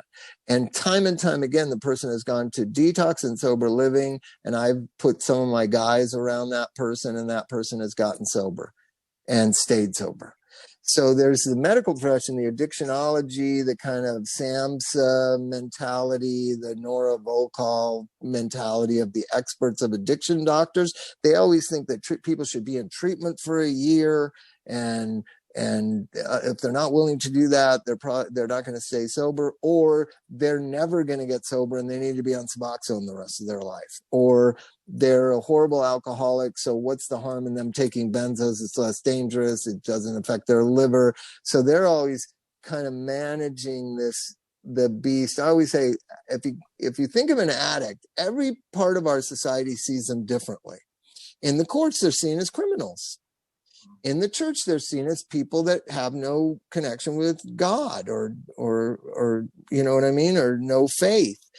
To a medical professional, they're a genetically predisposed machine that's just doomed to kill itself. In the AA community, nowadays it's become so dogmatic. You're like, you got to work the steps, or you're not willing, you're not going to stay sober. So every kind of vehicle or every kind of profession that kind of interfaces with addicts sees them differently. And I just see them as individuals that, like, you never know what gets through to somebody. That line that Gloria said to me in the hospital, that had such a profound effect on me, it haunted me for 2 years, and eventually it's still something that haunts me. How delusional my thinking was that I didn't even think about my son. I could care less if I lived or died, and I had a 5-year-old son. You know what I mean? That how could I get that warped? She drew that to my attention. Like, how she couldn't have known that was the thing that would draw me to my attention, my selfishness. Everyone else thought, you're a selfish asshole. I'm not going to your funeral. That's the way to get through to me. I had another famous musician. One time I was in a psych ward, and they sent this really famous musician from the 60s. They thought and Buddy Arnold, this is a great guy that started MAP, the guy that's in the movie Bob and the Monster. He thought, well, I'll get this really famous musician to go talk to Bob Forrest, and he'll talk to him. So this guy comes in my room. He was in a very famous band in the 60s. And he says, he starts bragging in some weird way. I sold 100 million records, and I had Ferraris, and I went all over the world, and I ended up with nothing, and blah. And I was just looking at this guy like, dude, I don't even like your music, and I like your story even less. You know what I mean? Like, what a braggart, right? And everybody thought that's the way to get through to me. Find somebody that I admire or something. No, it was this old junkie woman who had nothing to do with music, who lived in Venice, who was just a drug dealer who went to prison a bunch of times. And she was the one that could talk to me and say the things he's saying. She didn't know anything about rock and roll. She'd never been in a band. So the medical profession is always just kind of a little off. They're just kind of a little astray. And I just think, Bob Dylan wrote a song. I was talking about this the other night with my friend. He has a song on an album, pretty bad album from the 80s, called Empire Burlesque, and a song called Trust Yourself, right? And I remember when it came out, like I was in the depths of rehabs and like AA and fucking up and being a loser. And the idea of trust yourself just seemed so arrogant to me. And through the years, as you find your moral center and you find what your value system is and what your beliefs are and what you think that you could get involved with and be ethical and moral, and what you probably a little apprehensive about getting involved with, I trust myself more and more. And I know that's contrary to kind of the thought of 12-step and whatever. I trust myself. I'm a good guy. I'm a sensible, calm thinker. I make pretty sound decisions. Now, I wasn't always like that, but you have to trust yourself. And so with you in that interaction with the doctor, don't worry so much what he thinks. You trust yourself, right? He's probably never going to understand, right? But you trust yourself. So a lot of addicts. I'm going to follow up with another question. And then after that, Jeff, we have a couple people in line. So next, we'll okay. Go ahead. My question's not that important. Oh, come on. You can go ahead. Okay, Go ahead, all right. Jeff. I just want you to know. So I'll make a quick answer. For a lot of addicts, right? And for me, when I first got sober, it was I found somebody that had what I wanted. Right. Who is that person for you? Gloria Scott, this woman I keep talking about. She was so sardonic. She was so funny. She was one of the funniest people I ever met in my life. She was full of life. She was 63 probably when I met her. She was 78 when she died. She was just amazing. She was just so funny and full of life. And she had a way of telling her story that was so traumatic. Like, the things I hear from these millennials, my mom never liked me. Like, this woman's parents said she was possessed by the devil when she was 5 years old and took her to the beach in San Francisco and left her there. And then she went into an orphanage. That's what used to happen in the fucking 30s. You know what I mean? With a hyperactive kid, right? And she would tell it in this funny thing. Like, they left her at the beach and she saw them walking away and they said that she was, she was the devil's child or something. And she kept walking down the beach thinking that she was going to meet the devil. It was so great. She didn't say it in the self-pitying way. Can you imagine how abandoned I felt? She was just like, and then some police officer found her and she ended up in an orphanage until she was 14 years old. But she could tell it in this, not excusing the pain of it, but in this kind of Robin Williams, Richard Pryor type of way. That it was, all the pain was there, but the truth was there. And she was with it, wrestling with it, and with it and honest about it, right? It was magical. It was something that all of us that were looking for truth and authenticity she was like a magnet for us, right? And she changed our lives. The Red Hot Chili Peppers wrote a song about her called, I think it's called Venice Queen. It's on an album called Californication. It's about Gloria and how powerful she was. She just laughed so funny. And sometimes her denture would fall out. And then she would laugh at that. Like most people, if you're laughing and your denture falls out, you feel embarrassed. She would laugh at her denture falling out. It was fucking crazy. It's so free. She was so free, right? She was free of worrying what other people thought and free of excuses and blaming. She had transcended into another place. And that's what attracted me. And everybody's got things that they're attracted to, right? A lot of times, I think nowadays people are attracted to kind of gurus and stuff like that. And I understand that attraction. That's what Gloria was. She was a guru before there were gurus, because she had a bunch of disciples, me and about 100, 125 people at her funeral. They had to have 2 funerals because there was too many people wanted to go. And at her funeral, I always thought I was her favorite. I think she liked me better than Anthony or anybody else. And we're at her funeral, and I was trying to be humble. You know, I was her favorite person on earth. And she used to always send my son's birthday, my girlfriend Max's birthday, Thanksgiving, Halloween, Christmas. She'd always send a card. And like, how many people do that? Like, how many people are really, you're going to get a bunch of Christmas cards, but how many people get a Thanksgiving card? How many people get a Halloween card? How many people get a birthday card from an acquaintance? So I'm thinking, I was her most special, and I'm talking about like Gloria always, sent me this cards. And I was talking to this girl, Erica, and she goes, yeah, she sent everybody cards. And I said, what are you talking about? And she goes, she sent me cards. She said, ask Anthony. I said, did Gloria always send you Thanksgiving cards and Christmas cards and birthday cards? And I said, oh yeah. And then a bunch of other people at the funeral. And she must have just always just been at the post office sending people fucking cards.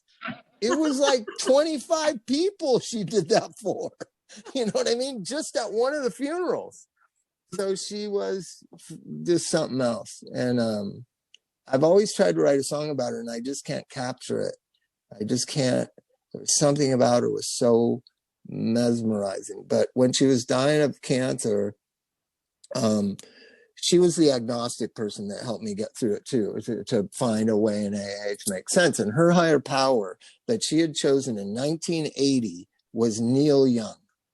So they told her she had to get a higher power. She was agnostic. She said, okay, Neil Young is my higher power.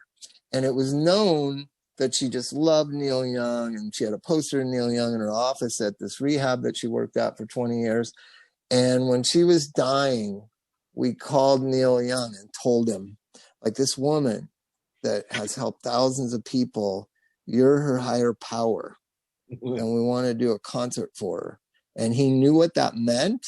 And he said, sure, I'll be there. And one of the last things Gloria was able to get out of the house for was a concert that Red Hot Chili Peppers and Neil Young and my band Thelonious Monster played the Hollywood Palladium. And it was just called A Night for Gloria. And she sat on a folding chair on the stage. And I watched her watch Neil Young, and I watched her play for her, and looking at her a lot of time through the set. And it was just amazing.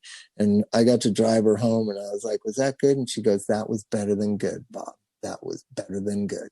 And I was like, we did something for you. Better than good. What a special lady. We're going to have to look up that song. Yeah, it's called Venice Queen, it's called. Okay. Hey, Cameron at the house there, will you help us remember that? Let's look that up. All right. And hey, if anybody there has any questions, let us know. Let me get the 2 that we've got. Okay. So, hey, Roger, you're unmuted. Is that because you had a question, or was that an accident? That was definitely an accident. Oh, it was an accident. Okay, darn. I was hoping it was for real. Okay. Hey, Roger. Hey, Dex.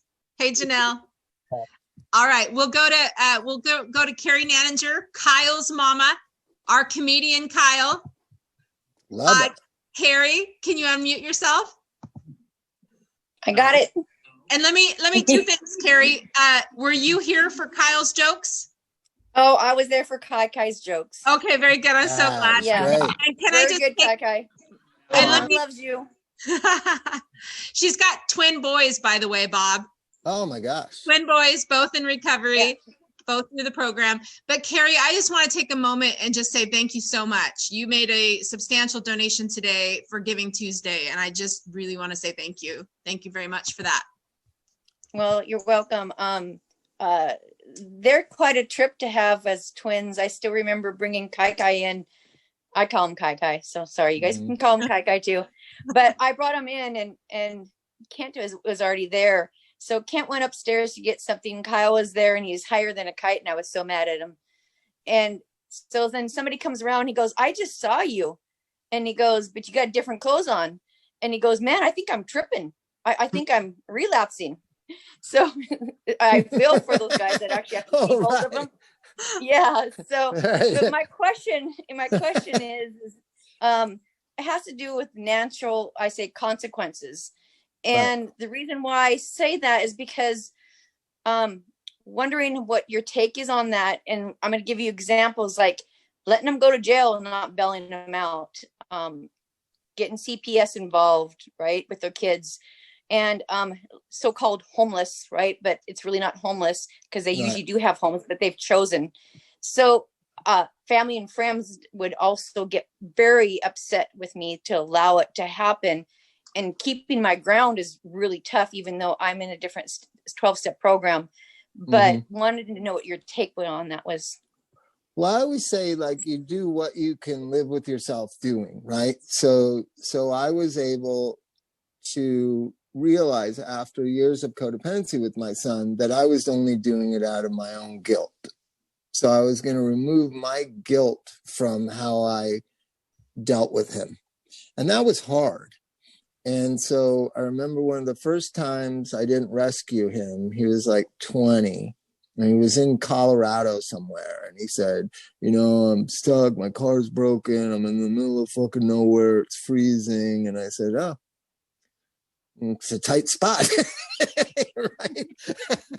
Golly gee, how did you get in that spot? Right? And he goes, Dad, I don't want to talk about this. Can you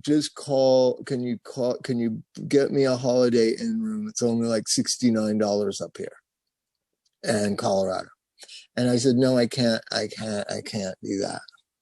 And he goes, are you fucking kidding me? And he goes, Dad, it's freezing here. And I said, listen, when me and Anthony and Flea were homeless and we were freezing, we would always go to laundromats. Like, laundromats are open 24 hours. You can go sit in them. They're warm.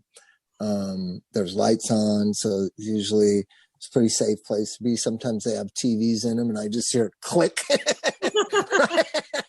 Right? Angie knows that. And he figured out how to get somebody else. It turns out he didn't go to laundromat. He figured out how to get somebody else to pay the $69 for the Holiday Inn. But for the first time, it wasn't me. Right.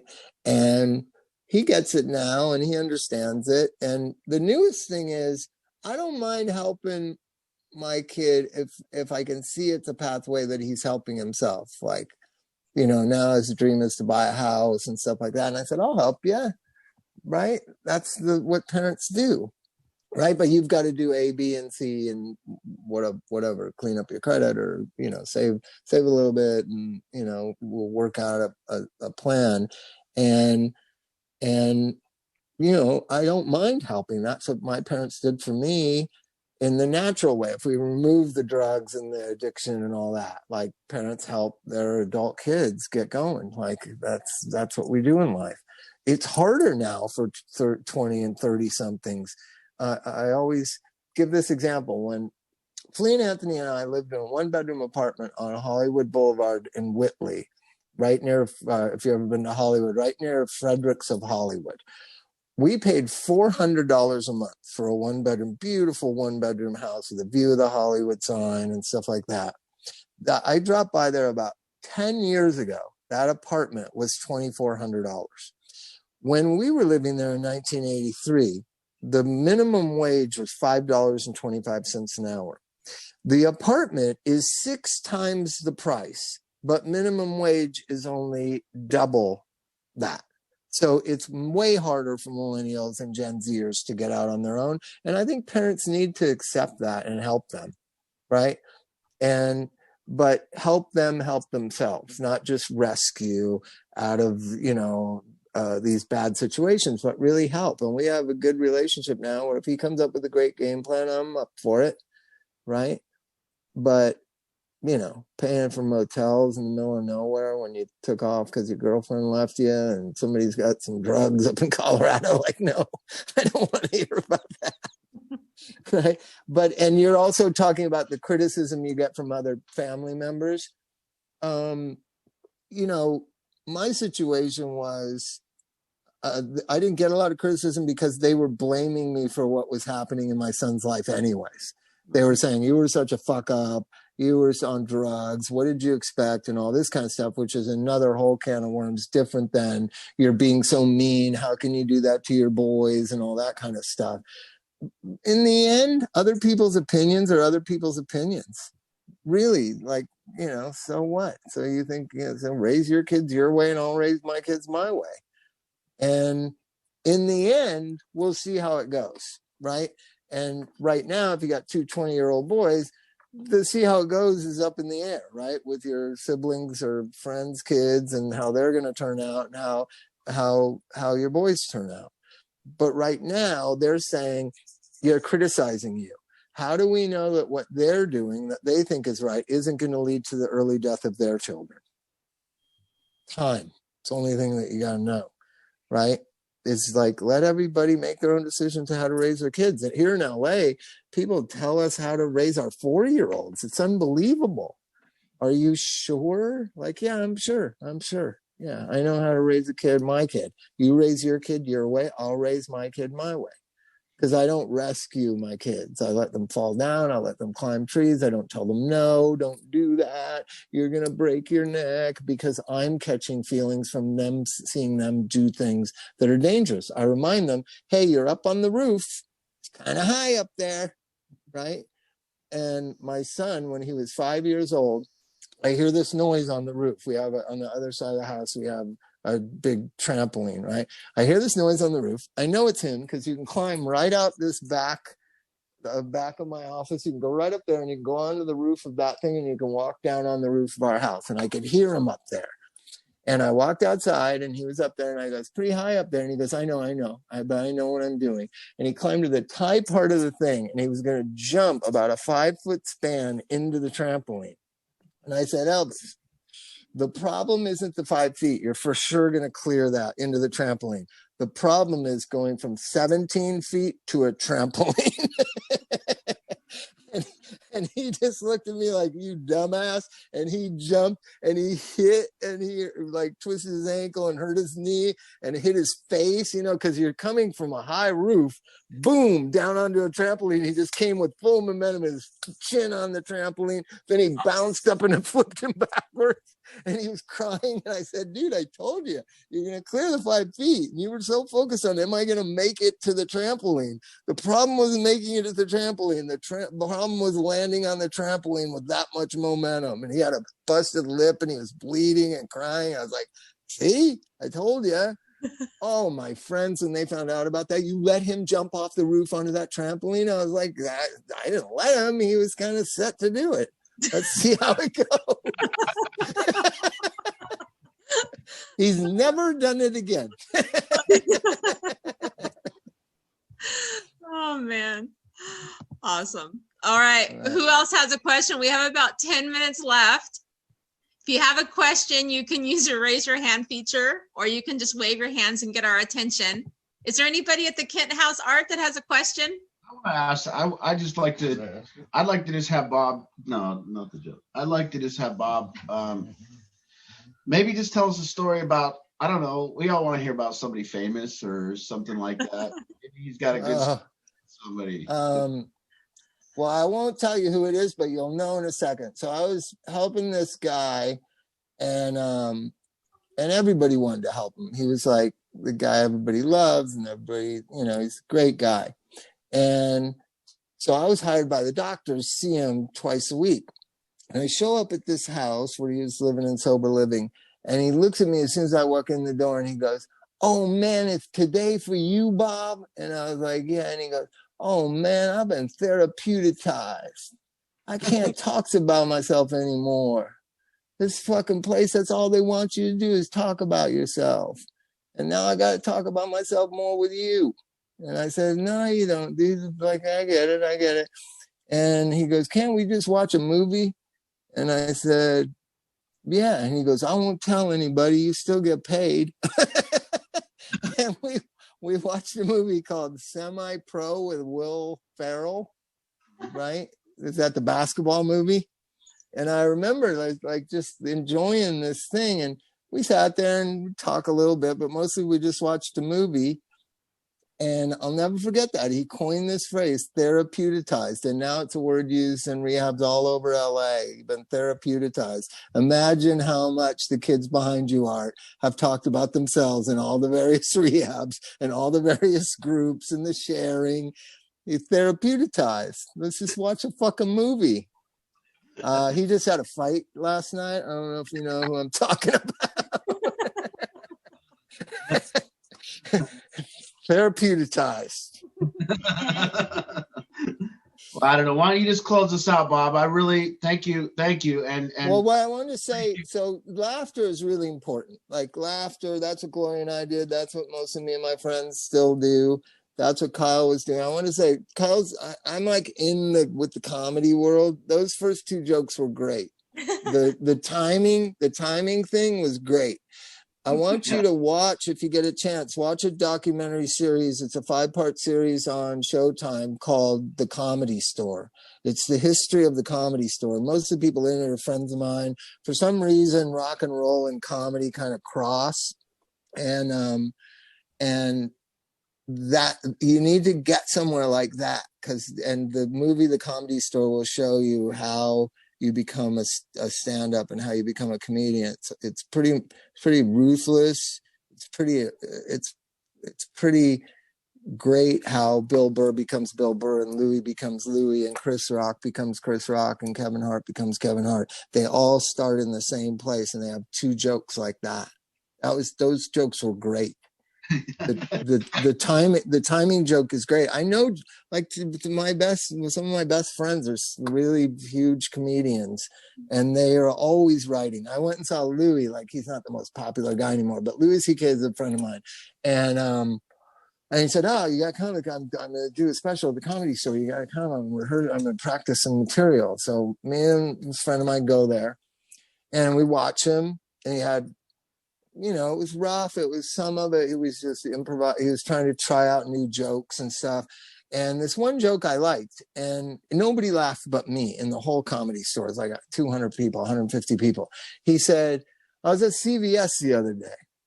And then, of course, the idea of Louis C.K. at CVS, you're just like, what? And like, it stops you. And he goes, "What? Like, I go to CVS.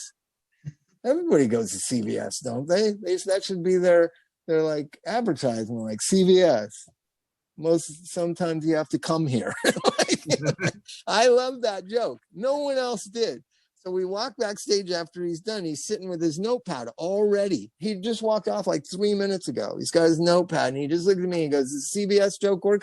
And I said, "It works for me, but I don't know if it works." And he goes, "I think it's good. I'm going to try it out later on tonight," because he would go from club to practice jokes. Jokes are the most amazing things. They're the most kind of, it's the way that we all share in this thing called life. Comedy is the highest art form to me. To make people think and make people laugh the way Richard Pryor does. I mean, I've seen Dave Chappelle do 20 minutes at the Comedy Store. There wasn't one laugh. He was just making you fucking think, right? And you felt a part of something that's indefinable. And I think it's that same thing that I was talking about earlier, this indefinable, where I'm this separate, lonely, isolated, gonna die humanoid. And somehow my interfacing with art relieves some of my loneliness and some of my fear. This connection with other people. It is the thing that we need. And it's so sad to see everybody dividing up and trying to make everybody be separate when we need each other to exist. We can disagree, right? But we need each other. And never more than when we're trying to overcome drugs, but I think never more than when half the country hates the other half. I think we need some leader that's like Dave Chappelle or somebody. My friends and I are joking, like, Biden's going to probably be a 4-year president. Who's going to be next? And I was like, Dave Chappelle. I'd vote for Dave Chappelle. I fucking would. Like, at this point, it's crazy. But somebody that knows how to make us think and make us see each other differently, but yet the same and on some common level. And so, you know, that I really believe in comedy. And Kyle, I hope you watch this thing and get inspired to do comedy. It's the greatest art form. I have friends that are still doing comedy that aren't hugely successful, but they're magical to me and my friends. Like I just remember jokes from 20 years ago that people would tell. And jokes are important and humor is important. It's the way we all connect. You know, I had this whole theory about laughter. So I've been a lot of places because I was in a band. I've been pretty much everywhere on earth.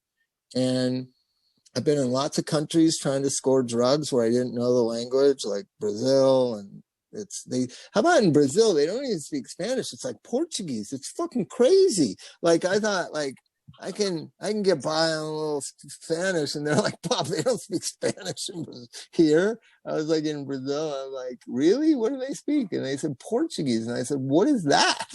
Right? So I've been everywhere in the world, in Asia, or in China, where you know it's just like impossible. In all these places, trying to score drugs, and so I'm forcing my way and communicating with people that I don't speak the language of. And one thing that is exactly the same, whether it's in Brazil or China or Eastern Europe or Mexico, is laughter.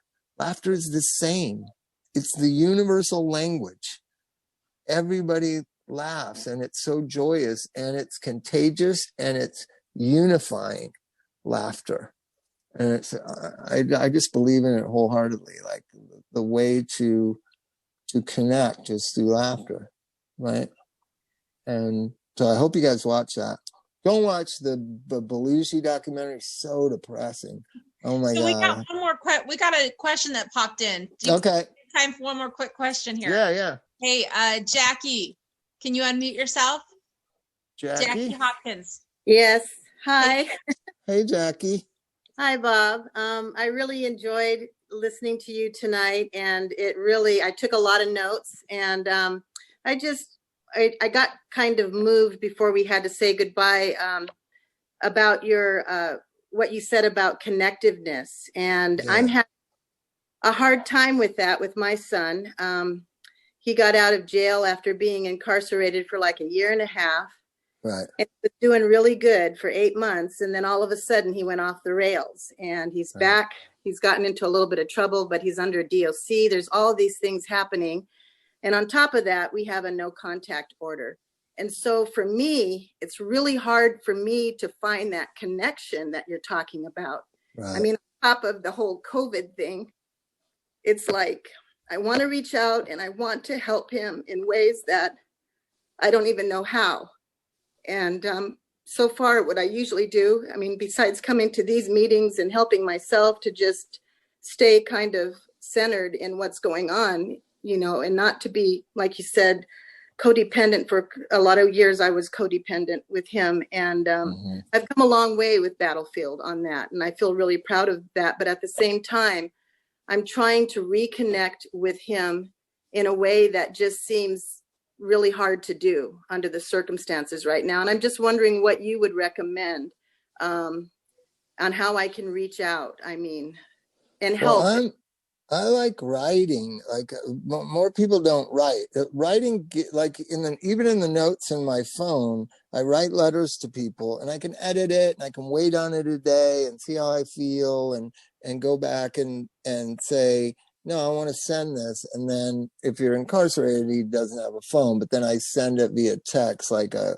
letter to people that I'm trying to connect with or reach out to or ask for forgiveness from or stuff like that. But I love the idea of writing letters, and people aren't going to sit down with pen and paper and write them. I understand. So a lot of times nowadays we write in the notes of my phone. I've got several letters to different people. There are amends letters, there are apology letters, there are, hey, you abused me letters, you know what I mean?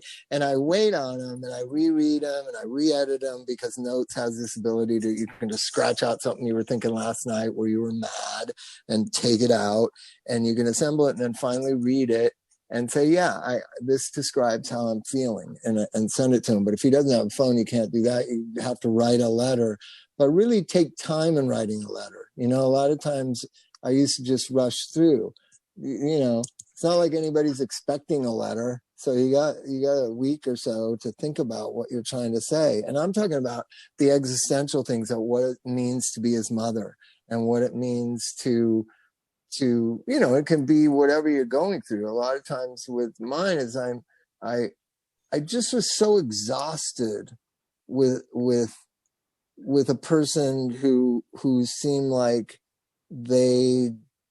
How about this? And this isn't about my son. This is about somebody else that I was trying to help. It seemed like I cared so much about them and they cared none about me. And I wondered why that was, and maybe that they weren't expressing how much they cared about me, because why was I going to the ends of the earth to help them? And they basically wouldn't give me the time of day, usually, right? Or in this particular instance. And it led to that person telling me how they felt, that they loved me and they couldn't believe that I put up with their bullshit. But I had to instigate it.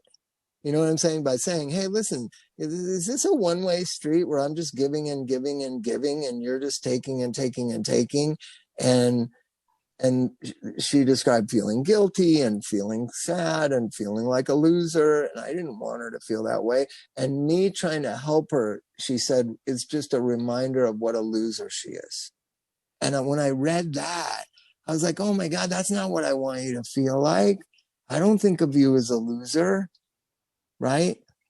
We're all trying to get down to the truth, right?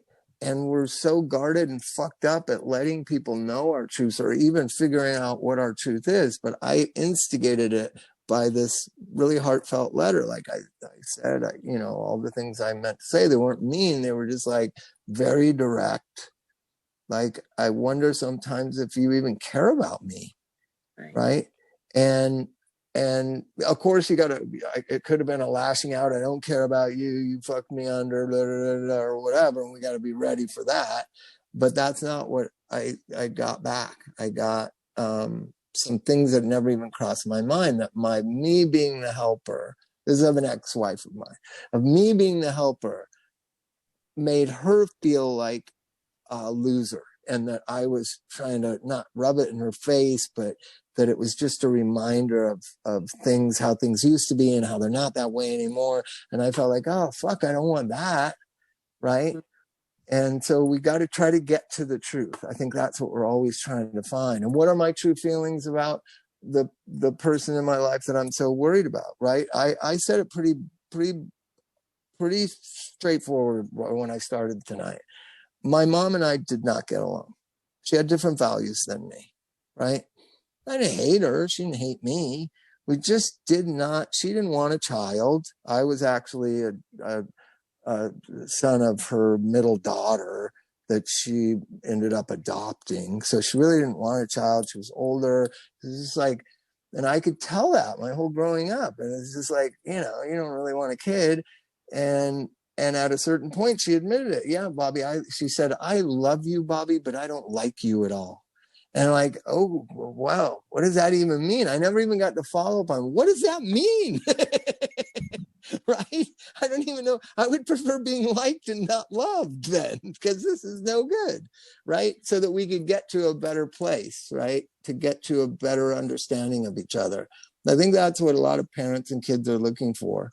I mean, you and I grew up in a different society, and I give my kids and my clients a lot of leeway, because I can't overemphasize how fucked up our society is in every way, from education to politics to wealth there's not an American value that existed when I was a kid that still exists. Hard work, honor, ethics, your word meaning something. Don't be gaudy. Don't brag, right? Be humble. Be caring. People are starving. My dad used to say, you had to eat your vegetables because people are starving in China, right? Like, that was the thing in my house. Now, they're not starving in China anymore, but you know what I mean? Like, there was just this decorum is a word that most Americans don't even know what it means anymore. This decorum, this respect, it's all gone. There's none of it left. And you can fool yourself and think there is none left. And we have to rebuild it. We have to. And our children are suffering because of it. You know, suicide is the leading cause of death of white males between the ages of 18 and 34. The leading cause of death. Why? Because our society is sick. Yeah. That's, I have a new book coming out. It's 400 pages, basically showing where we went wrong, how we've gotten here, and God knows how we're going to get out of here. Right? And I hope you can understand. So give them some leeway. It's a fucked up society. There's no jobs. There's pessimism everywhere. Everybody hates each other. They're all glued to their phones. They don't know how to social interact. He's got a lot of liabilities just by being his age. Mm-hmm. Right? Then you have a for-profit criminal justice system. You have the demonization and marginalization of drug addicts. Right? So you have all these things working in this collaborative way to destroy him. It's a miracle he's still alive. I And we'll agree. just keep hope alive. Right? Yes, Sure. Thank you for the question, Jackie. And Thank you, Jackie. Hey, Jackie, Thank I you. also know that you're looking into private coaching, and I just want to say, out of all the families, you know, that Art has worked with private coaching, I think the common thing you're going to hear from all of them and what they're going to share is how they've been able to connect with their loved one on a level that just wasn't available before. Something beautiful just really shows up, and it's hard for me to, you know, describe exactly because we don't know what that's going to be for you. But maybe next week we can have a few people maybe chime in on their experience with private coaching. I know that's already something that you're looking at, and I just really want to encourage it. And with private coaching, it's not something that's drug out. You know, Art works really powerfully with individuals, couples, families, and it's not something that's drug out. It's really something that he has this ability to be able to just peel through the layers and just get right to the heart of the matter pretty quickly. So. Okay. I appreciate that. Thank you so much. Yeah, And get an ally. You get an ally, right? So the addicts get a lot of allies. Us codependents, we don't. You know what I mean? We don't have a lot of allies. And as soon as the addict goes to rehab, they got like 30 new best friends. And we got nothing. You know what I mean? We need to join together and find people to help us see things with new eyes and maybe do things a little differently, right? I had one, his name was Harold Owens. He helped me tremendously. I said, here's one thing I said to my mentor, you're calling it a coach or ally or whatever. He was my therapist. And I said, is what I'm saying wrong? Meaning in relation to my son when he was like 15, 16. He said, no, what you're saying is right. And I was like, then what the fuck? And he said, he just can't hear it from you. He's got to hear it from somebody else. He's never going to hear it from you. And I was like, it was also a weight was lifted. I could see again, like what I'm saying is correct. That's all I needed, somebody to validate what I was saying. And then help me understand that he's never going to hear what the right thing to do is from fucking you. And I got it right away. So I had to defer to what would be the Art in my life. I deferred to him. His name's Harold. This other guy, Andrew. I was like, okay. And now I could have this better understanding of my relationship with my son. I wasn't telling him what was wrong and what he had to do. I was just saying what was acceptable to me and wasn't acceptable. And Harold also told me one thing. After about 92 seconds, he tunes you out. So think in terms of 92 seconds, right? like, you know, so like I got a minute and a half here, just over a minute and a half to get my point across. Like, are you sure you did your homework? Okay. Because if you didn't, you're going to flunk out and you're going to have to do summer school, right? That's 90 seconds. That's all we need. Okay, let's eat.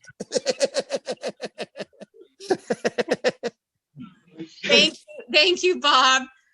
Thank you, Bob. Yeah, so For we sure. do have to wrap up because we went over. Art, right. do you have any last things you want to add? Any last thoughts? So once again, thank you, Bob. It was a real honor for you to join us tonight. That's all right. for hosting, and we've got look forward to up and coming guests that we'll have, and we'll be back to a normal solution group next week, or probably we'll have one more next week, and maybe one more and before we close up for the year. So hope to see you all on next week for a normal solution group. Jeff will be getting will be back to host in January with our next announcement of who our spotlight guest will be. So thank you all again. It's an honor for you all to be here, and thank you, Bob Forrest. Yes, thank Thanks, you so man. much, Bob Forrest. Thank you, Jeff, guys. for being our host. Everybody, friend. Thank you. Thank you, everybody, so much. If you're not already on my text reminder list, you send me your number. I'll add you to the list for reminders for Solution Group in the Zoom link. Thank you, Bob. Thank you. Love to all so you. much. Bye-bye. Jeff. Thank you. Thank you. Thank you so much, everybody. so much. Good night. Good night. Bye-bye. Thanks, Bob. For you guys. See you later. Night. Night, night. Night. Good Bye-bye. night. Thank you. Thank you. Thank you. You bet. Thank you. Good night. Good night. Bye. Thank you, Art, for making that. Good night, everybody. Good night.